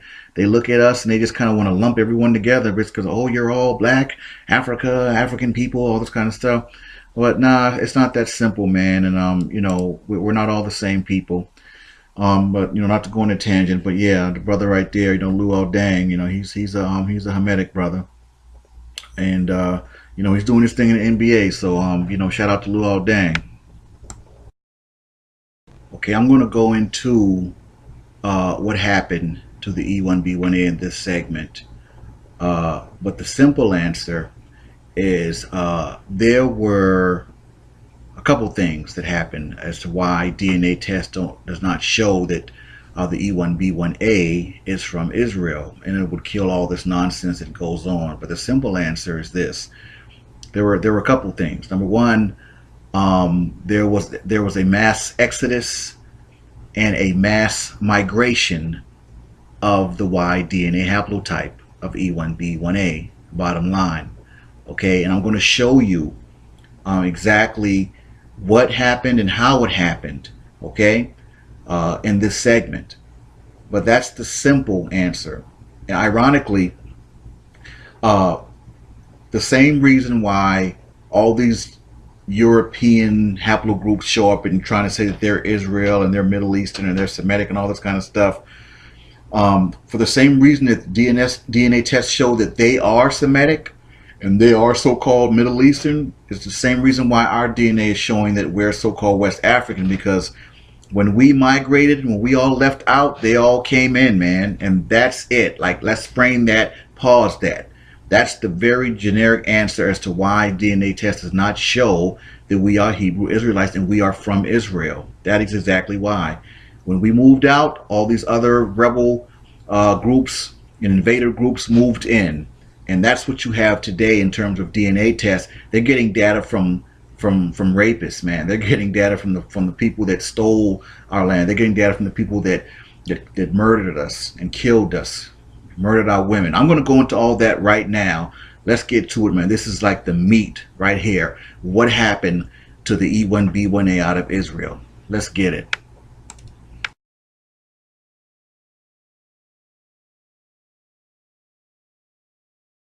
And this is where it all started for our people. Galatians 4:26 says, "But Jerusalem, which is above, is free, which is the mother of us all." So not only were we in our land, but we were in the actual motherland. And there we were, we enjoyed the protection of the Most High. We lived, we thrived. We were his people. At one point we did keep his laws, statutes, and commandments, because he said that he made in first person, said that in Deuteronomy 7:6, for thou art holy people unto the Lord thy God. The Lord thy God hath chosen thee to be a special people unto himself above all people that are upon the face of the earth. But see, with that, we have responsibility. And he said, now therefore, if you will not obey my voice indeed and keep my covenant, you shall be in a peculiar treasure unto me above all people, for all the earth is mine. But again, that was the deal. Yes, he said he chose us above all nations, but we were to keep his laws, statutes, and commandments, right? That it's as simple as that. Now, I'm not saying that or going over this in a racial superiority kind of thing, whatever like that. This is the fact. This is our history. This is what it is. This is what they've been keeping hidden from us. The truth of who you really are. Okay, we are Hebrew Israelites, and that's the whole purpose of this presentation, to go into what happened. Now, I don't want to turn this into a movie per se, right? But the reality is, our history is very rich and very diverse, and like I told you before, I'm dealing with it. I'm going to bring it forth. Now, in the spirit of saving time, I'm going to kind of go over different things and touch on the things that are most important to the presentation in terms of what happened to us and everything like that. But keep in mind, you can always go and do your own research and your own reading and studying by getting a King James Bible, and know that it's not a religious book. It's a history book, and it's about you. So knowing that, it gives you a different mindset going into it, reading it from in the beginning.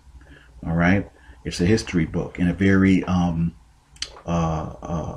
very direct history book as well, and it tells you what happened to us, and where we fell short at, and where we fell out of graces and disfellowship with the Most High. Okay, for all intents purposes, we were in heaven on earth, man. We were his people. He was our God, and all we had to do, our end of the bargain, was to keep his laws, statutes, and commandments. Right? Have no other gods before him. Worship no other gods, but him. Whatever he admonished us to do. But somewhere along the line, we fell out of his graces. We would always question him. We started complaining. He brought us out of Egypt and bondage and everything. He did so much for us, and our people were really ungrateful. They were ungrateful. They were impatient. As a matter of fact, when Moses came down with the Ten Commandments, they were worshiping calves just that quick. I mean, it was just a trip, man. And long story short, with everything that the Most High did for us, we didn't show gratitude. We didn't show appreciation. We didn't show honor, respect, for everything that he had done, man. And all you have to do is get your Bible and go through, starting with, Genesis in the beginning, go through Exodus and everything that he did for us, with the Moses parting of the Red Sea and, and all that. So, he got very, very angry with us as a people, to the point where he told Moses that he says, let me alone, that I might destroy them and wipe them off the face of the earth, and make an even better people and a better nation than they could ever be. And I'll start with you. And it was that serious. But Moses stood in the gap for us, and the Most High showed mercy, right? So let's fast forward a little bit. At the end of the day, when we get to Deuteronomy, at that point, the Most High said, listen, if you continue to choose not to hearken unto my voice, to follow my laws, statutes, and commandments, this is what's going to happen to you and your seed. And at that point, when he gave the prophecy of the curses that Israel would be under, right? You have to remember, all those curses were going to come to pass. Now I'm going to go into that into the next segment as far as the prophecies and the curses that apply to us and how it all ties in with the so-called African Americans and the Igbos and the slave ships and the transatlantic slave trade and all that. I'm going to get into that in the next segment. But before we get to that, I have to deal with this. What happened to us? Now, first and foremost, I have to let the Most High set it off, because Jesus prophesied that Jerusalem was going to be destroyed. Okay, and we're gonna deal with that right now and bring that forth. All right, here we go.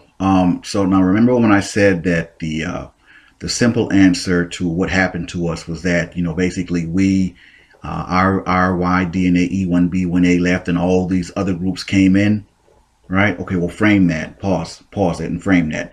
All right, this is the Most High in Leviticus 26:33. He says in first person, this is the Most High talking, and I will scatter you among the heathen and will draw out a sword after you, and your land shall be desolate and your cities waste. So in lay terms, the Most High is telling you exactly what was going to happen, that there was going to be not a soul left in the land of Israel, in Jerusalem. And how do I know that? Well, let's bring up desolate and see what desolate means. Desolate, of a place deserted of people and in a state of bleak and dismal emptiness.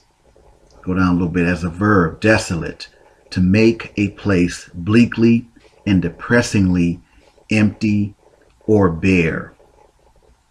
And there it is there. Now, how was this accomplished? Remember I said there were several things as to how this was accomplished in terms of there was a mass exodus and a mass migration, if you will, of our people in the E1B1A out of Israel. Well, let's deal with the first incident that happened that partly achieved that. And that would be the Assyrian deportation of about 720, 722 BC. Remember I touched on how King Shalmaneser, he replaced a lot of our people with those Ethiopians. We were deported. That's when the 10 tribes were deported out of Israel. All right. And what's not talked about also is when the Assyrians came in, they actually replaced Hebrew with Aramaic. Right? Because so when I did the knowledge, if you remember, when I did the knowledge on my people, the Yoruba Jews, who said, okay, they were from Morocco, and when they got to Yoruba and said, hey, we are B'nai Ephraim, and linguistically they spoke some Aramaic and some Moroccan, and it threw me off at first. I'm like, well, why were they speaking? Why would they be speaking Aramaic? Wouldn't it be Hebrew?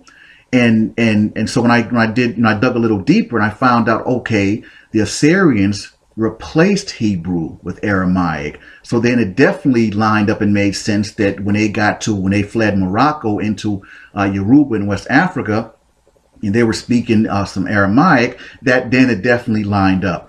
So let's go back.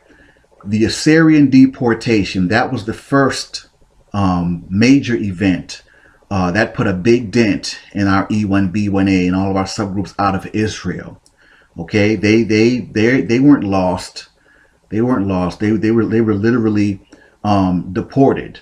Kind of like when the immigration comes and deports the Mexican brothers and stuff back to Mexico or whatever. But the thing is, and this is my personal opinion. The Assyrians had no right come and deport nothing. Nobody asked them to come to Israel. But anyway, not to go on a tangent, that was the first major event, the Assyrian deportation. So let's go a little bit into that, read a little bit on that, and before we continue on with the segment. Yep, the Assyrian deportation. For all intents and purposes, this was the original Trail of Tears, man. And you know, as I move forward, you'll see this didn't happen in just a day or a couple days or a couple months or a year even. You know, this was a long process, you know, over 20 years. But see, this is what happened when the Most High withdrew his protection from us, man. All hell broke loose. It was open season on us, man. And I mean, and these savages came up in there, and it wasn't like we didn't fight back. Please don't get it twisted. You know, we wouldn't on no singing, holding hands and singing Kumbaya. No, we had our souls. We was doing our thing. You know, we definitely fought back as hard as we could. Many of us, you know, perished and died.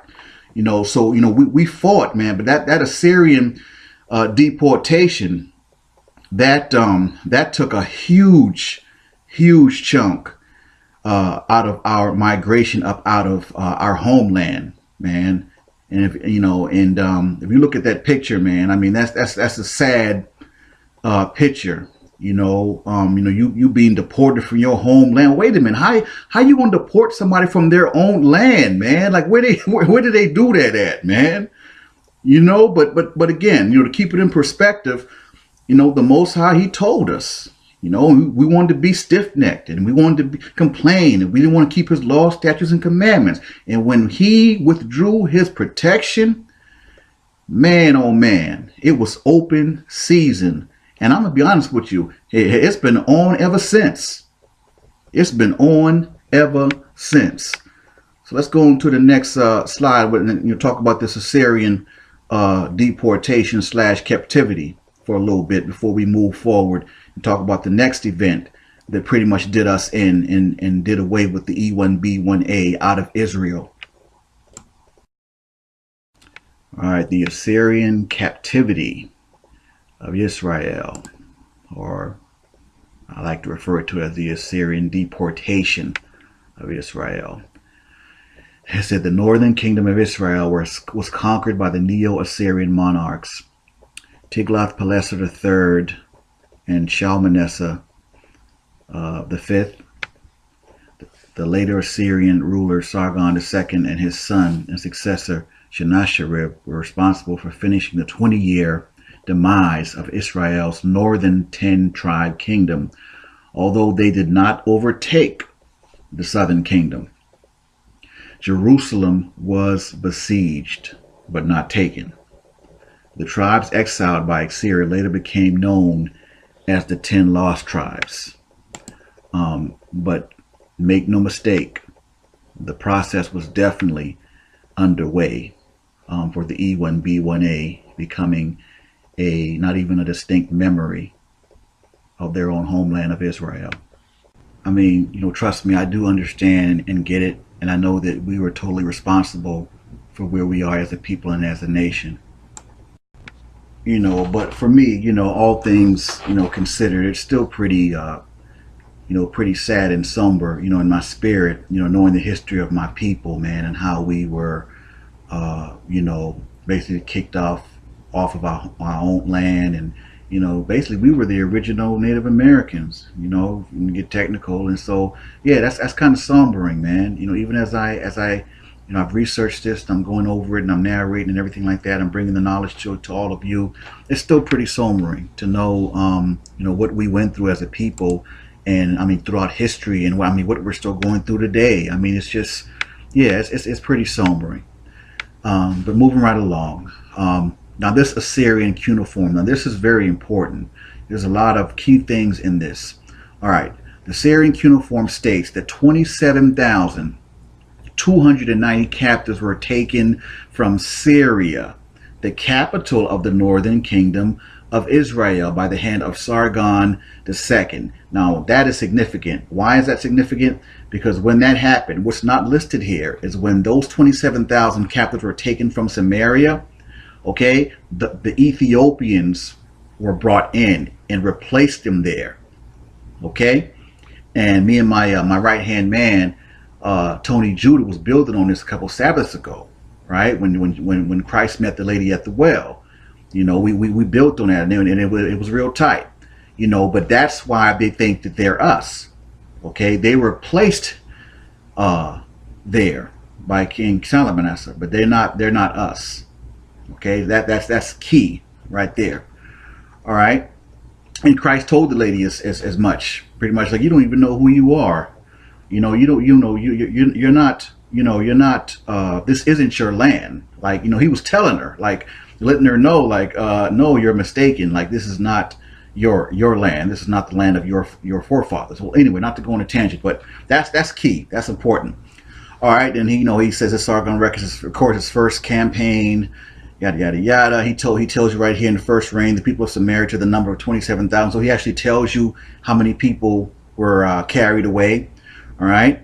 And let's scroll down. He said the description of the final defeat of the northern kingdom of Israel above appears to be a minor event in Sargon's legacy. It says some historians attribute the ease of Israel's defeat to the previous 2 decades of invasions, defeats, and deportations. Man, we were tired of scrapping with these fools, man. This has been going on, and I mean, we were just fighting, and it says right here, like I said, it was a process. Over 20 years, man, of invasions, of them messing with us, fighting them, you know, defeats, you know, them rounding us up and getting us up out of there. I mean, it was just, man, you know, the Most High said our foot would not have rest, man. And I tell you, like I said, it's been on ever since, man. I mean, it really has. It really has. That's key right there, because that tells you that we have been fighting with them, with these Assyrians for a long time.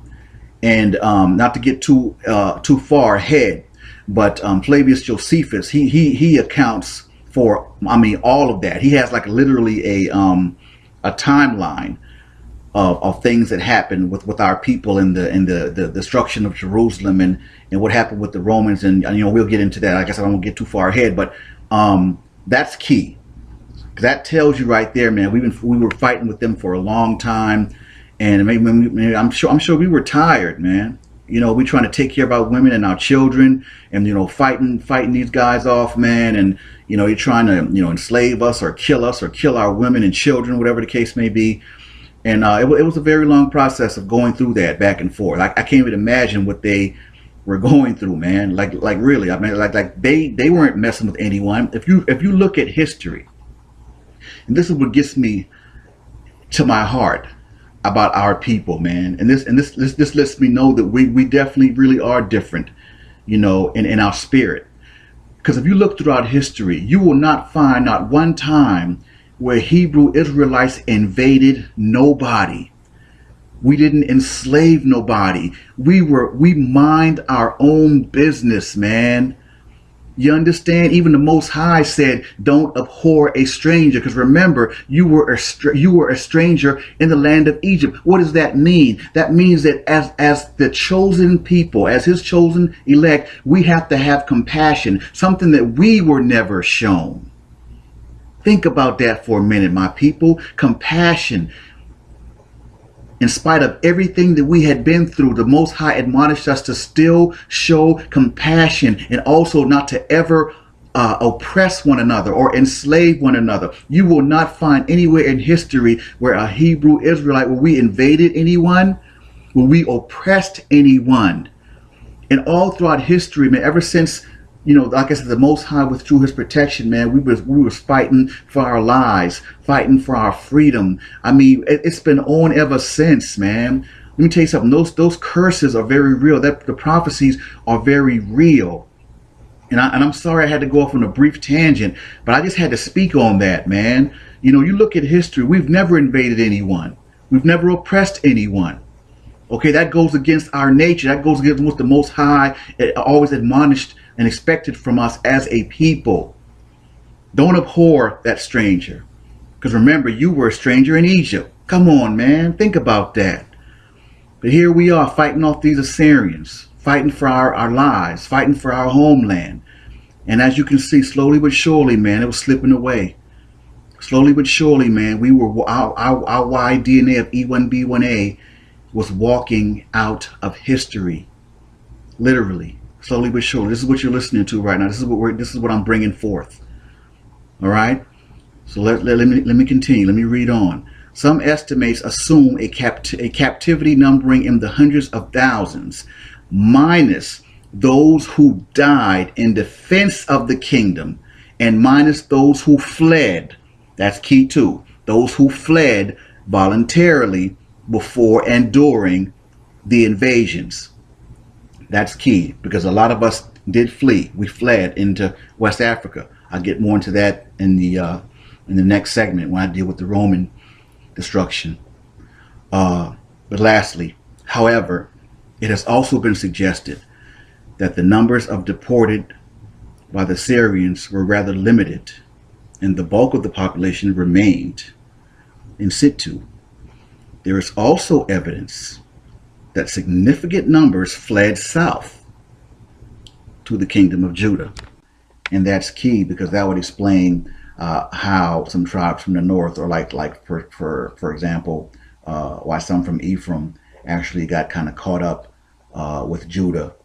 And that's why we're kind of mixed up today, even in America. You have some from the tribe of Judah, from the tribe of Ephraim, with the Ebos over there, and they're from Gad. So that would actually explain the mixture. So with some from the north fleeing south, that definitely is key. And I wanted to kind of speak on that real quick. It's a trip how everything just kind of lines up, man. But everybody hang on in there. I've covered a lot. We're running up on the end part of the presentation. All right, now before I deal with the very last part of the Assyrian deportation, I want to refer back to what the Most High said, in first person, because it's relevant, and it ties everything together. All right, Leviticus 26:32 and 33, he says, "And I will bring the land," which is Israel, "into desolation." And we already defined what desolation is. That means totally empty, devoid. "And your enemies, which dwell therein, shall be astonished at it. And I will scatter you among the heathen, and will draw out a sword after you. And your land shall be desolate, and your cities waste." All right? And the Most High says, "I am the Lord, and I change it not." And let me tell you, when he says something, that's exactly what he means, man. I can't even begin to tell you the amount of enemies that have come through Israel and tainted their blood with the Holy Land, to the point where you got DNA thinking that they're actually Semitic. It's crazy, man. It's crazy. But he said it, and he meant it. He said, I will bring the land into desolation, and your enemies which dwell therein shall be astonished at it. So on to the very last slide before we go and end it with the Roman destruction of Jerusalem in 70 AD. And as much research as I've done, all this still just kind of boggles my mind, man. It really does. All right, moving right along. This is the last slide. It talks about the return. Now it says, "Unlike the kingdom of Judah, or Yehuda, which was able to return from its Babylonian captivity, the 10 tribes of the northern kingdom never had a foreign edict granting permission to return and rebuild their homeland. Many centuries later, rabbis of the restored kingdom of Judah were still debating the return of the lost 10 tribes. However, Assyria had been conquered by Babylon, and Babylon had been conquered by the Medo-Persians. It's insane, man. All this conquering and invading, and why don't everybody just stay on their own home country turf, man, and just leave everybody alone, And we're not even having this conversation. Our people, our E1B1A is showing up in Israel. We're doing our thing, and don't mind me. I'm just thinking out loud, man. But yeah, I kind of got a problem with that whole 10 lost 10 tribe thing. Tribes ain't lost, man. Like the brother said in the African Limba video, we are not lost, we are scattered. Yep, I agree. All right, we're moving right along to the next segment. The Roman destruction of Jerusalem, 70 AD, the event that ended it all. Okay, and once again, because it's important, the Most High had already put it out there, the total destruction of Israel, of Jerusalem. He said it was going to be desolate, okay, and the cities were going to be waste. All right, that was prophesied, and he said that in the first person. Okay, and then Christ, the Messiah, he prophesied that Jerusalem would be totally destroyed. And as you can see, he says, and Jesus said unto them, see ye not all these things? Verily I say unto you, there shall not be left here one stone upon another that shall not be thrown down. And that, my brothers and sisters, is him prophesying the total destruction, Roman destruction of Jerusalem, 70 AD. Again, the event that ended it all, and quite possibly the saddest day in the history of our people and the history of the E1B1A. Let's get it.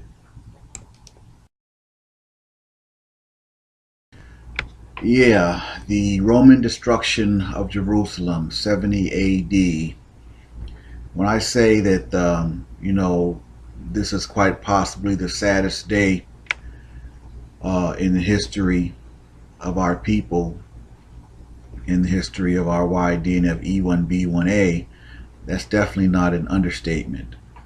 The Romans carried out, man, such, destruction, cold, callous, no mercy. They killed women, children, the elderly, priests. The body, it was so many bodies that the Romans killed. They didn't have places to put the bodies, man.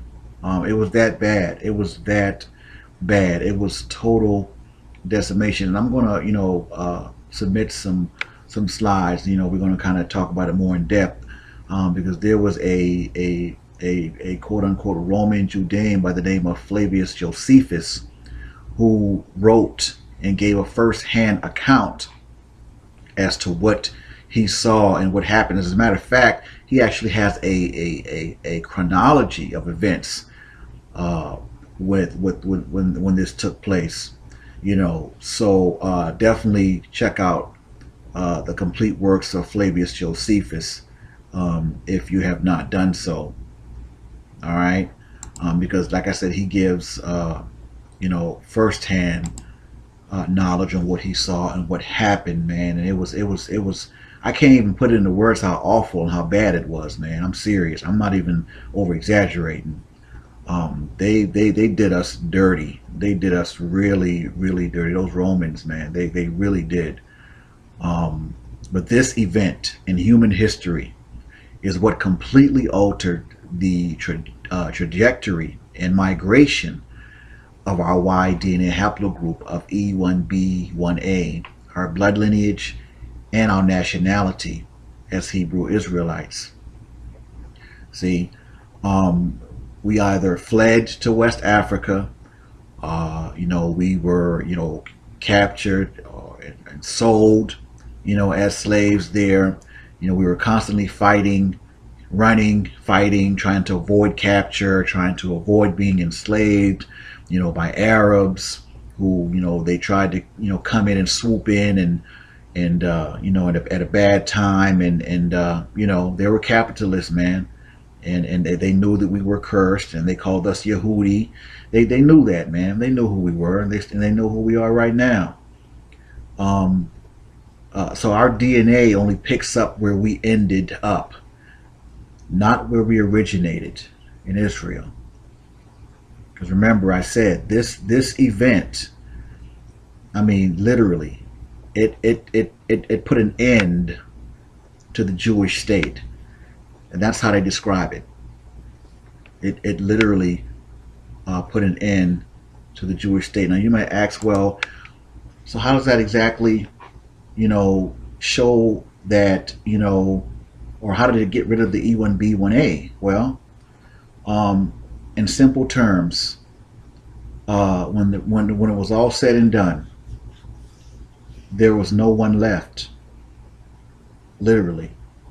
There was not one soul left in Israel. Remember, the Most High said it. It was going to be desolate, right? Think back. It was going to be desolate.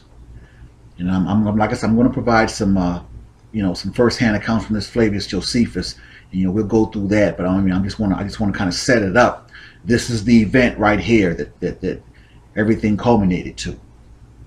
I can't even, I'm serious. I can't put into words how bad it was, man. Seriously, I definitely highly recommend you all Googling either the destruction of Jerusalem or the siege of Israel, something like that, or even like the complete works of Flavius Josephus, you know, PDF or something.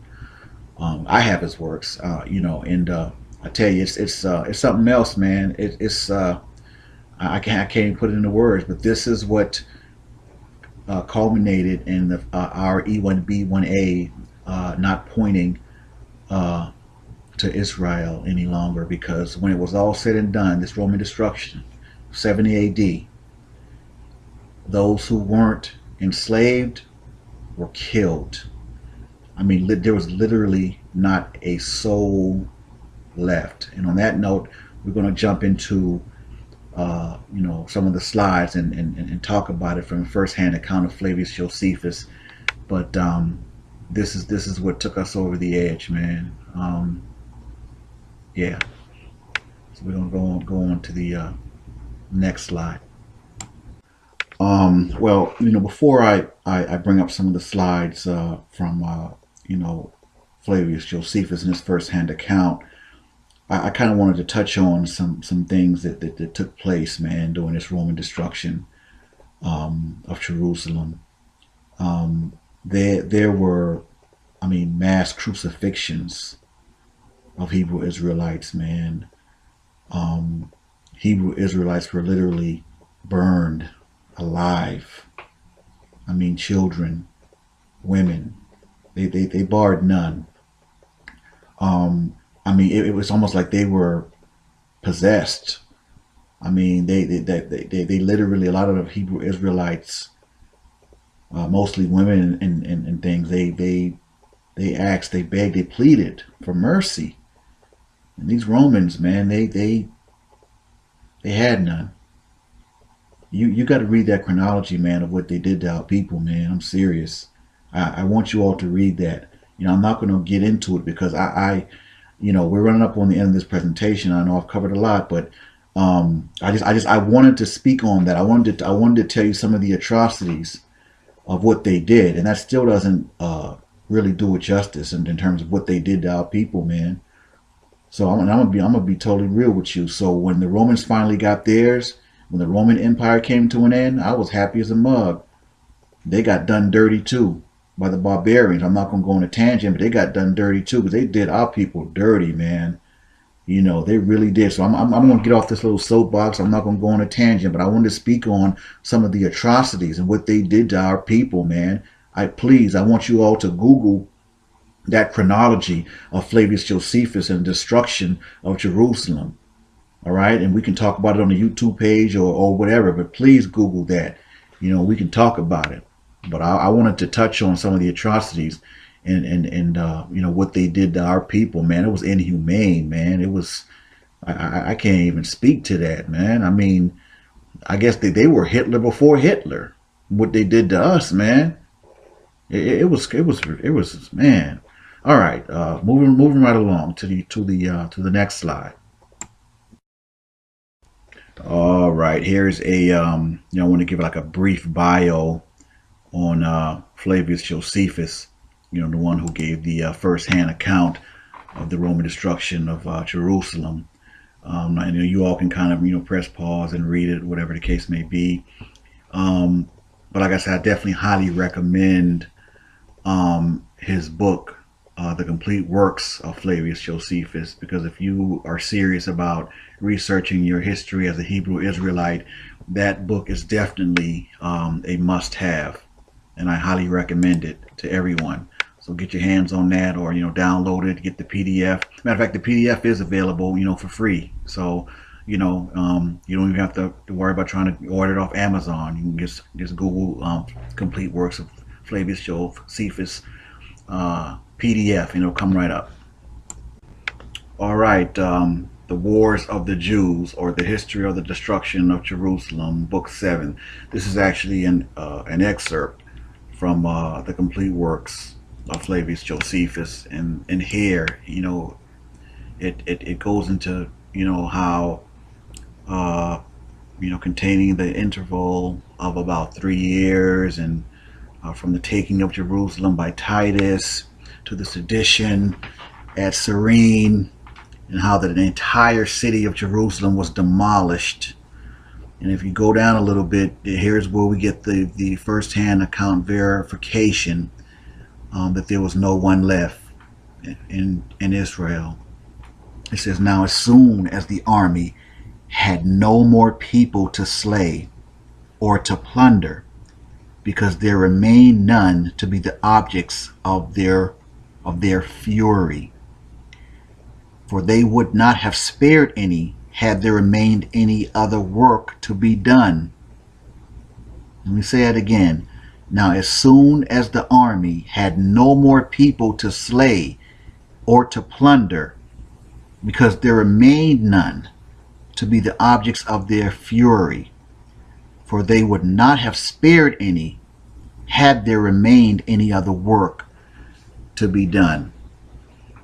And that hammers home the point I made about them showing no mercy, and just complete and utter destruction and inhumane treatment of our people. So there it is there, first-hand account of why the E1B1A no longer points to Israel. All right, it picks up where we ended up, not where we originated. Because after the Roman destruction of Jerusalem, as you all can see, and the Most High said it, it was desolate. There was not an E1B1A left. It's almost like we were, in a sense, wiped out of history. Our DNA was wiped out of history, right? At least from the Middle East, from our homeland. So it's easy to keep us, or just kind of keep us in West Africa, because truthfully, there's nothing that exists that says that they should do anything else. Half the people that in the powers that be, they know who we are anyway. They know who we are, right? You have to remember, like, we are a small percentage. There's more of our people who don't know or have a clue as to who we are, vice the Hebrews that do. Look at these mega black churches, man. These mega churches, and I'm not gonna call any names, but just look at that, and you see how lost we are. And unfortunately, 2/3 of us are gonna die, and have already died, not knowing, the truth. So, there it is there. I think I got 1 or 2 more slides, man, and we're moving on from this segment, man. And I think I definitely hit the point home, as far as what happened to us. All right? So we're moving on.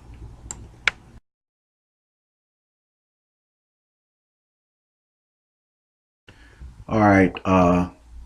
Josephus claims that 1.1 million people were killed during the siege, of which a majority were Jewish. Really? And that 97,000 were captured and enslaved. Then it goes on to say, quote, the slaughter within was even more dreadful than the spectacle from without. Men and women, old and young, insurgents and priests, those who fought and those who entreated mercy, were hewn down in indiscriminate carnage. The number of the slain exceeded that of the slayers. The legionaries had to clamor over heaps of dead to carry on the work of extermination. My God. Wow, man. It says, many fled to the areas around the Mediterranean. Titus reportedly refused to accept a wreath of victory, saying that the victory did not come through his own efforts, but that he had merely served as an instrument of God's wrath. You know what? I just on to the next slide.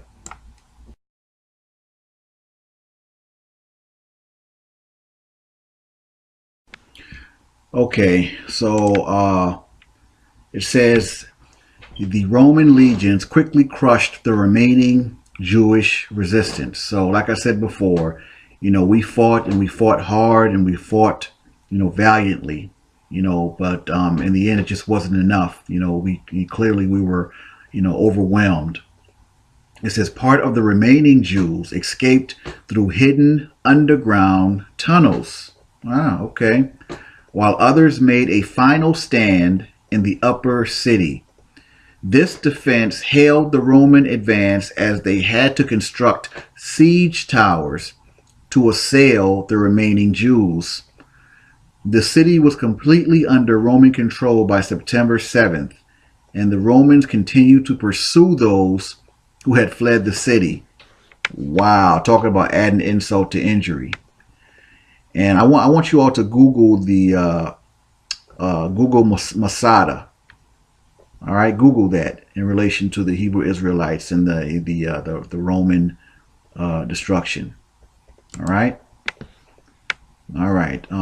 That's going to conclude this segment in terms of I definitely have shown and proven what happened to the E1B1A and why it does not point to Israel, like I said I would. And that concludes this segment. I'm going to go into the prophecies and the curses a little bit, and we're going to talk about the Igbo connection and the Igbo connection to the African Americans and all the other Hebrew Negro blood throughout the Caribbean and all over the world. And then we're going to kind of end it. That's going to be that. So moving right along.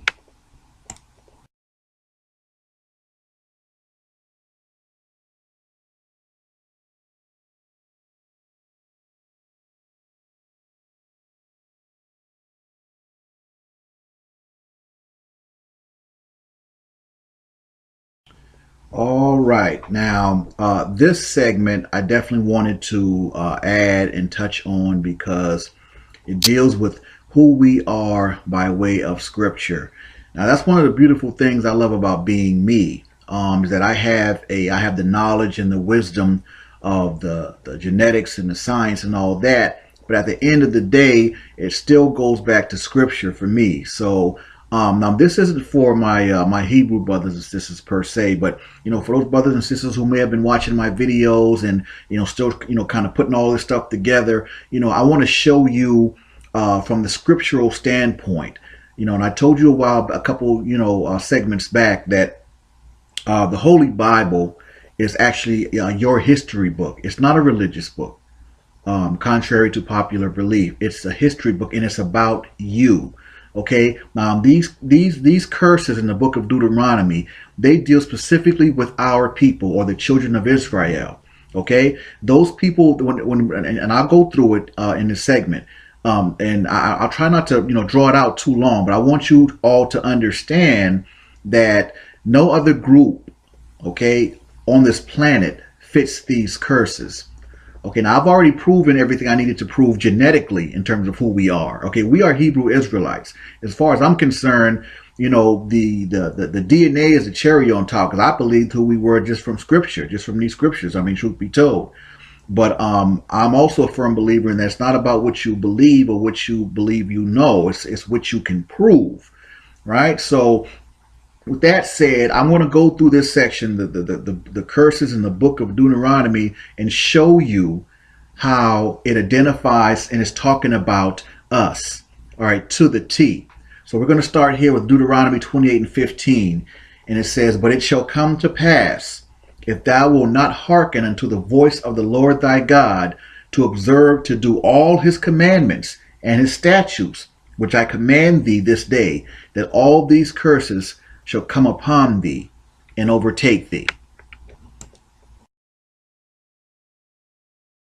Okay, Deuteronomy 28:68. This is the scripture that I consider the foundational basis for who we are in the with the curses in the book of Deuteronomy. And it says, "And the Lord shall bring thee into Egypt," which is slavery, again with ships, "by the way whereof I spake unto thee. Thou shalt see it no more again, and there ye shall be sold unto your enemies for bondmen and bondwomen, and no man shall buy you or save you." Now, the only group of people that were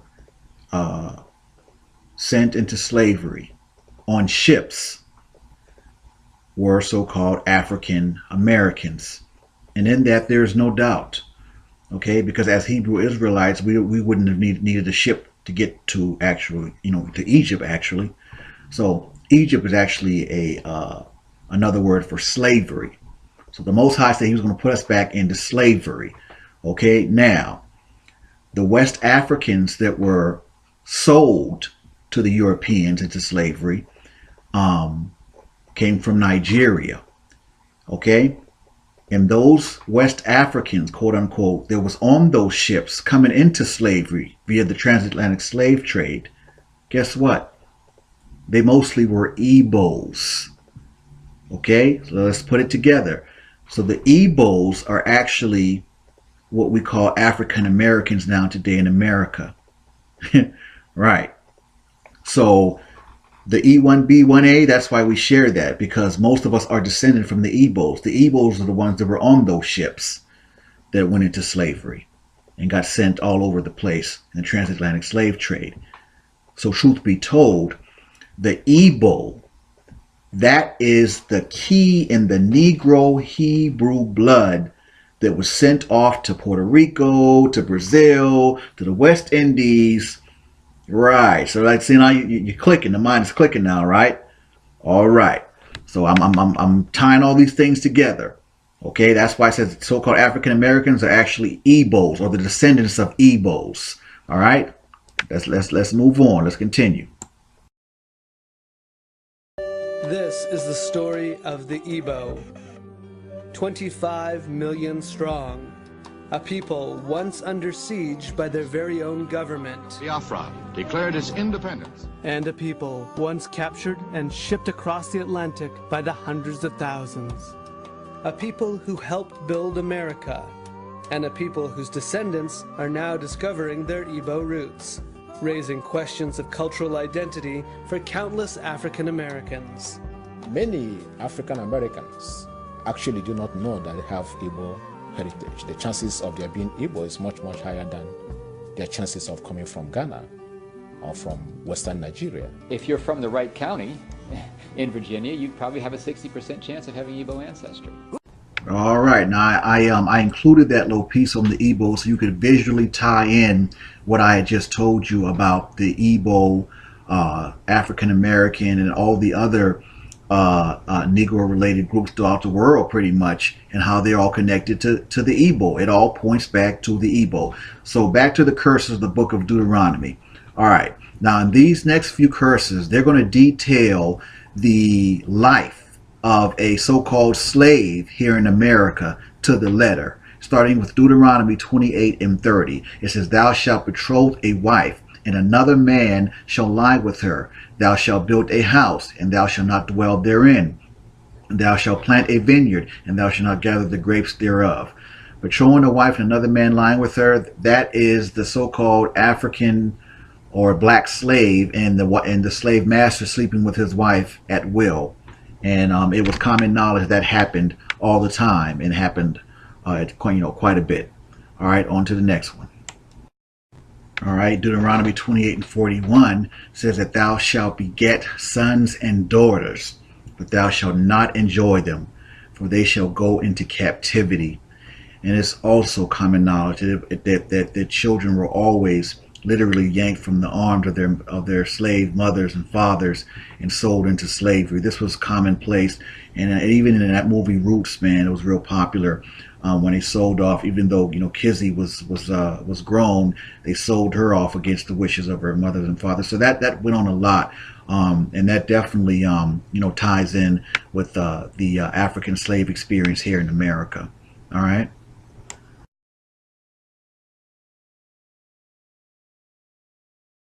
And Deuteronomy 28:50 says, a nation of fierce countenance, which shall not regard the person of the old, nor shew favor to the young. I could probably do a whole presentation on this alone. I mean, we don't have to go way far back in history. Just look at the recent rash of slayings of unarmed young black men. And then, of course, you go to history. Look at Emmett Till, 14 years old, man. I mean, he was a child, and grown men beat and torture him, for allegedly whistling at a white lady, right? 14 years old, he was a child. Look at George Stinney. He was 14 years old, the youngest person ever electrocuted, man. The state of South Carolina killed that young man, railroaded him for a crime he couldn't have committed, and he didn't commit it. And the old pervert white man who actually committed the crime and killed the two little girls, he admitted on his deathbed, and they still have yet to give that young man a pardon, in his death. So, I can go on and on with Deuteronomy 28:50 forever. I mean, just look at the news, man. I mean, Trayvon Martin, Michael Brown. I mean, it just goes on and on, the rash of young black men. I mean, this country really has barred none in terms of our black men, right? So, and that it lines up perfectly with the curse of Deuteronomy. And that's why I try to tell people we're as a people, we're up under these curses. This is why we are going through what we're going through. All right, on to the next slide. And Deuteronomy 28:48 says, therefore shalt thou serve thine enemies, which the Lord shall send against thee, in hunger, and in thirst, and in nakedness, and in want of all things. And he shall put a yoke of iron upon thy neck, until he hath destroyed thee. Man, you know what? I'm going to let the picture speak for itself on this scripture. Yoke of iron upon thy neck. And if that ain't so-called African American slavery here in America, I don't know what is. But yeah, I'm gonna let the pictures speak to the visuals with the yoke of iron around the neck, and that speaks for itself. But to add real quick, now the slaves that were sent all over the place. Now again, we all fall up under the same curse. So yes, I'm pretty sure there were other slaves in these different islands and Portugal and all this kind of stuff that experienced the yoke. So I don't want to make it seem like African Americans was the yoke was exclusively on our ancestors' necks, because we all fell up under the same curses and we were all slaves. The Igbos were sent all over the place. So I want to kind of clear that up. I'm not trying to say that so-called African Americans were the only ones that had a yoke of irons on the neck, because all of the rest of our people that were sent all over the place were slaves and probably had yokes of iron around their neck as well. So I just kind of wanted to clarify that. All right, my people. So there it is there. The curses in the book of Deuteronomy. Now I implore each and every one of you to, you can watch this video as many times as you need to, but and that's fine, and share it, with all your friends and everything. But I implore each and every one of you to get your Bibles out, hit up Google, do your own research, take what I've given you and run with it. Okay, I assume and I hope that someone will take the work that I'm doing and take it to an even higher level, for our people and for the nation. Like I said, I'm not a geneticist, right? And I'll go into all that in the summation. But in terms of ending this this segment with the book of Deuteronomy and the curses, my people, you have to understand. Some of us will read those curses and still deny or not see what it's telling them right there in the in their face, telling you who you are. I mean just that. I didn't include every single. I just included the top ones or whatever. That explains our experience here, our ancestors' experience, slavery experience here in America, and I'm sure, like I said previously, a lot of our people that were sent all over the place, and and slavery experienced a lot of those things as well. And I can't forget our people in Nigeria with the whole Biafra massacre. And I mean, Google that. You understand? Google that. I mean, we lost, man, I'm telling you, we've been up under these curses, and we are all from the same seed. So we've all been affected by the curses of the book of Deuteronomy. Please don't get it twisted. If after you've read all those curses, look at this video, and you still don't understand or don't get it, then you just weren't meant to get it. You were obviously destined to die as one of those ones who belongs in the 2/3. All right, and that's all I can really say. But I'm not going to speak too long here. I just wanted to end this segment, and I definitely wanted to get some scripture in and talk about how it refers to us and identifies us as Hebrew Israelites. And like I said, it described our experience to the T. Right. So with that said, unless I have some addendums that I might want to add, that really concludes this presentation. All right, I'm going to offer a summation, tie everything all together, and that's going to be that. But I want to thank everyone for supporting me and sharing all my videos, and I appreciate all your comments and engaging me in the Facebook community, and the Hebrew Haplogroup Nation, man. We're rising. So let's get the truth out there, man. I appreciate each and every one of you, and I'm going to continue to bring you the absolute truth. All right. And on that note, I'm going to go ahead and bid everyone shalom, and I'm going to end this entire presentation with a summation, and that'll totally end everything. But lastly, Psalm 83:4.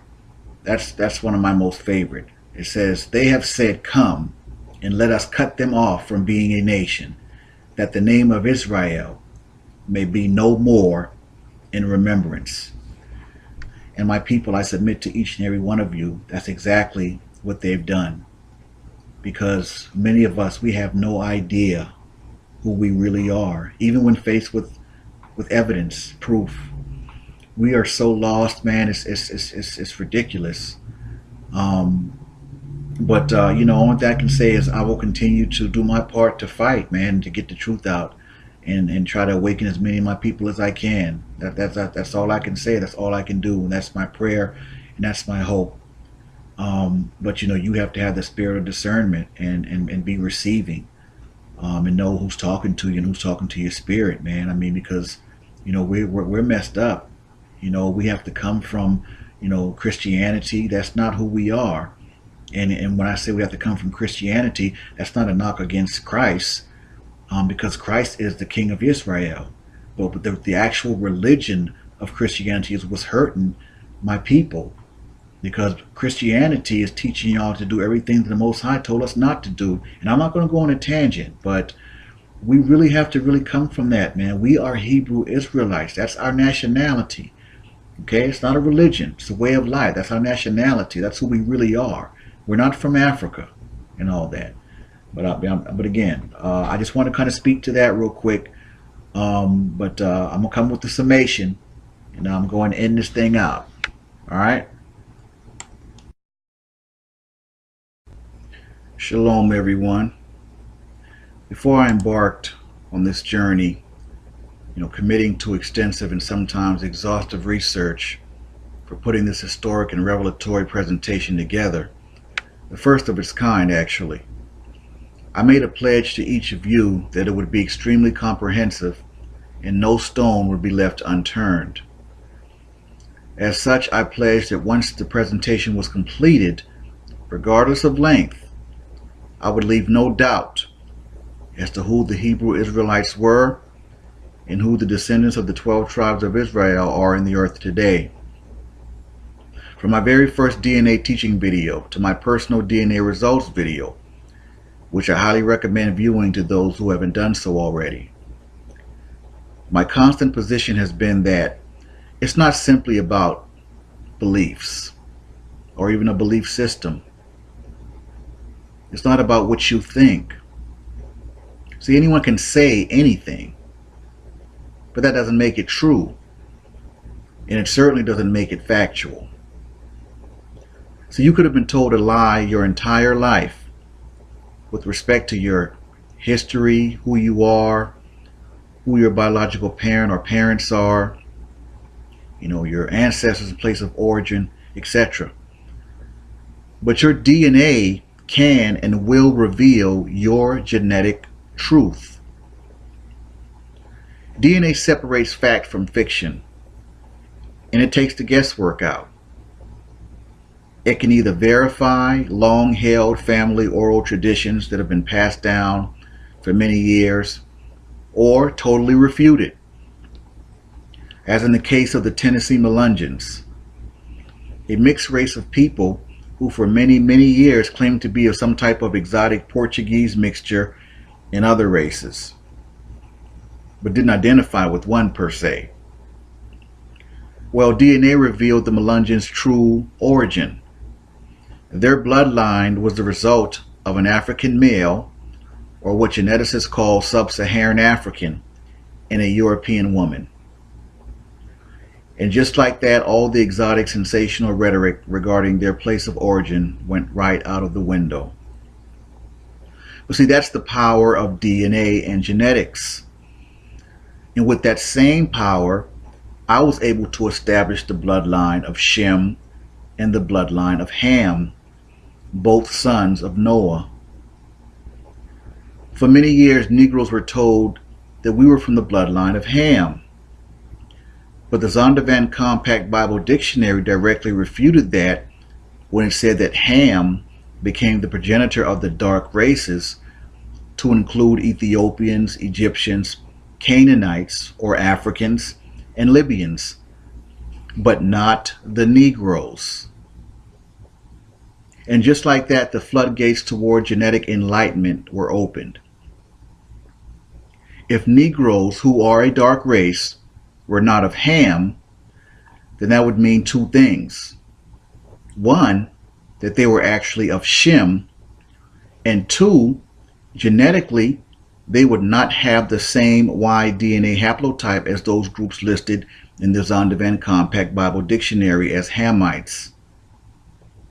And sure enough, upon genetic and DNA research, I was able to establish the Y DNA haplotype of those groups listed as Hamites in the Compact Bible Dictionary as E1B1B, and the Negroes, or so-called African Americans' Y DNA haplotype as E1B1A, thereby proving conclusively and by genetics, after years being told and taught that Negroes and so-called African Americans were of Ham, that Negroes aren't from the bloodline of Ham after all.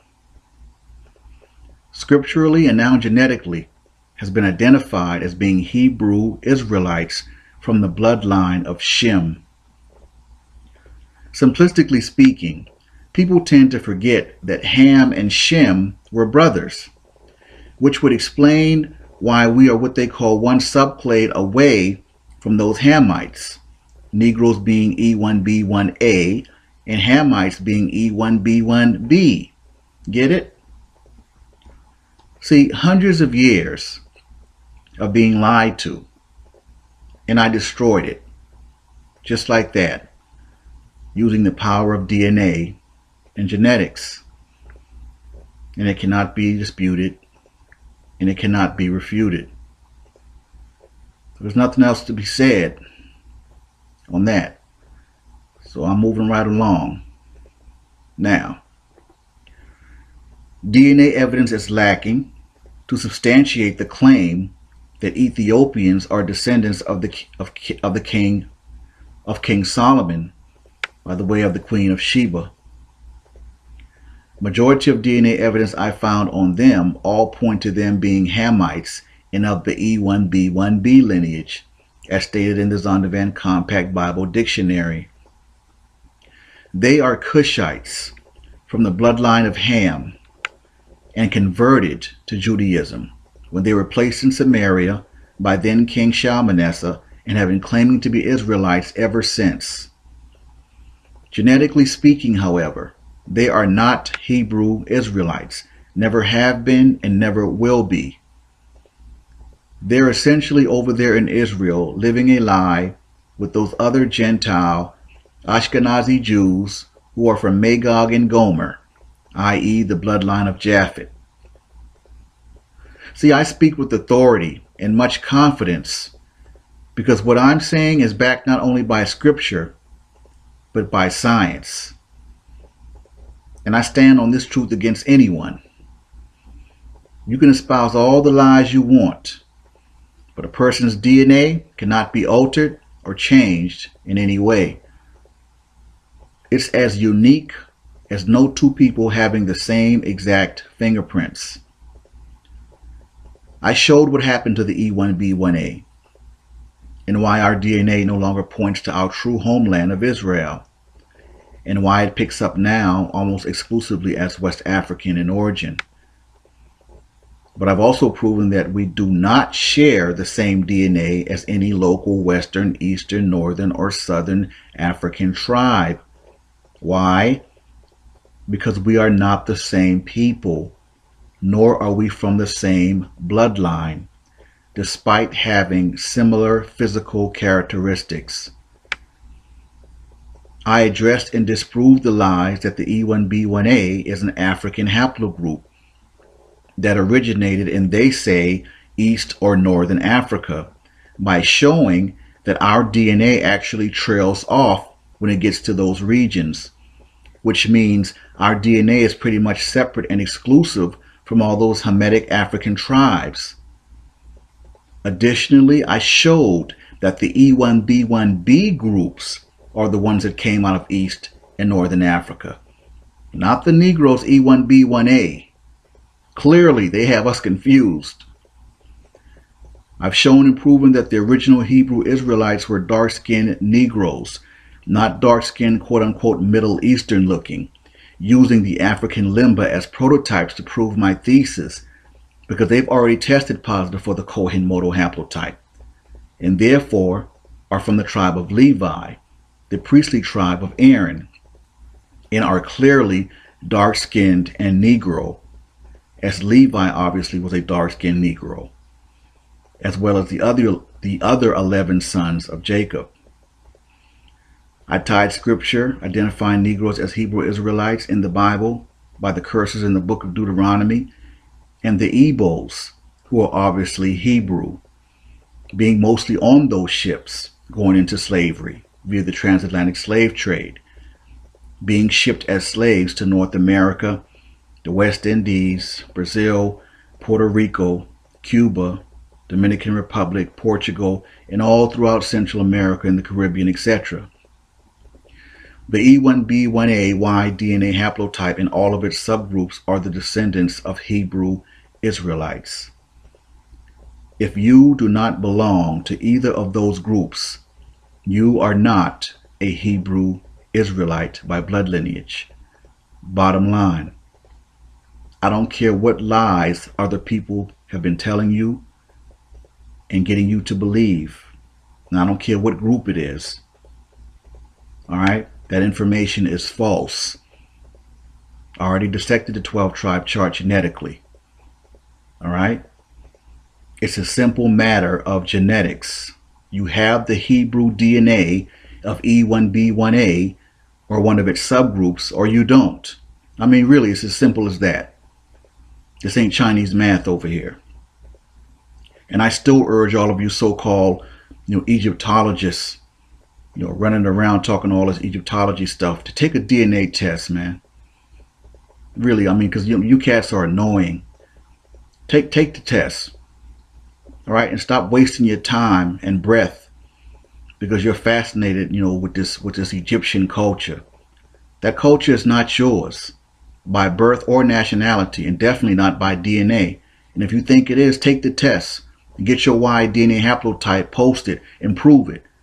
Or stop your madness, man. Just stop your noise, man. I'm not hearing none of you cats. All right?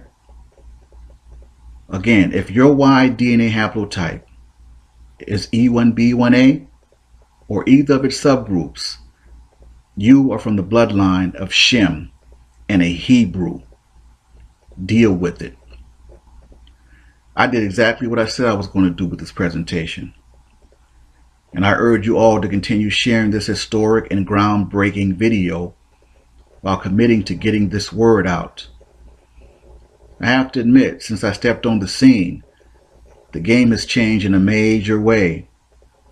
And I give all praise and honor to the Most High for His grace and mercy and for the revelations. If any of you want to be sure of your Hebrew lineage, you have to take a DNA test. There's no way around it, unless you want to continue to believe blindly. And that's fine too if that works for you. But they are brothers and sisters, and right here in America, that look like us, but are not from our bloodline. Not a huge percentage, but they exist. This is why DNA testing is crucial, to obtain that Y DNA haplotype and know for sure. I'm E1B1A7A. Hebrew Israelite all day, man. B'nai Ephraim. And on that note, I conclude this presentation. I thank you all for your continued support, and I bid you shalom.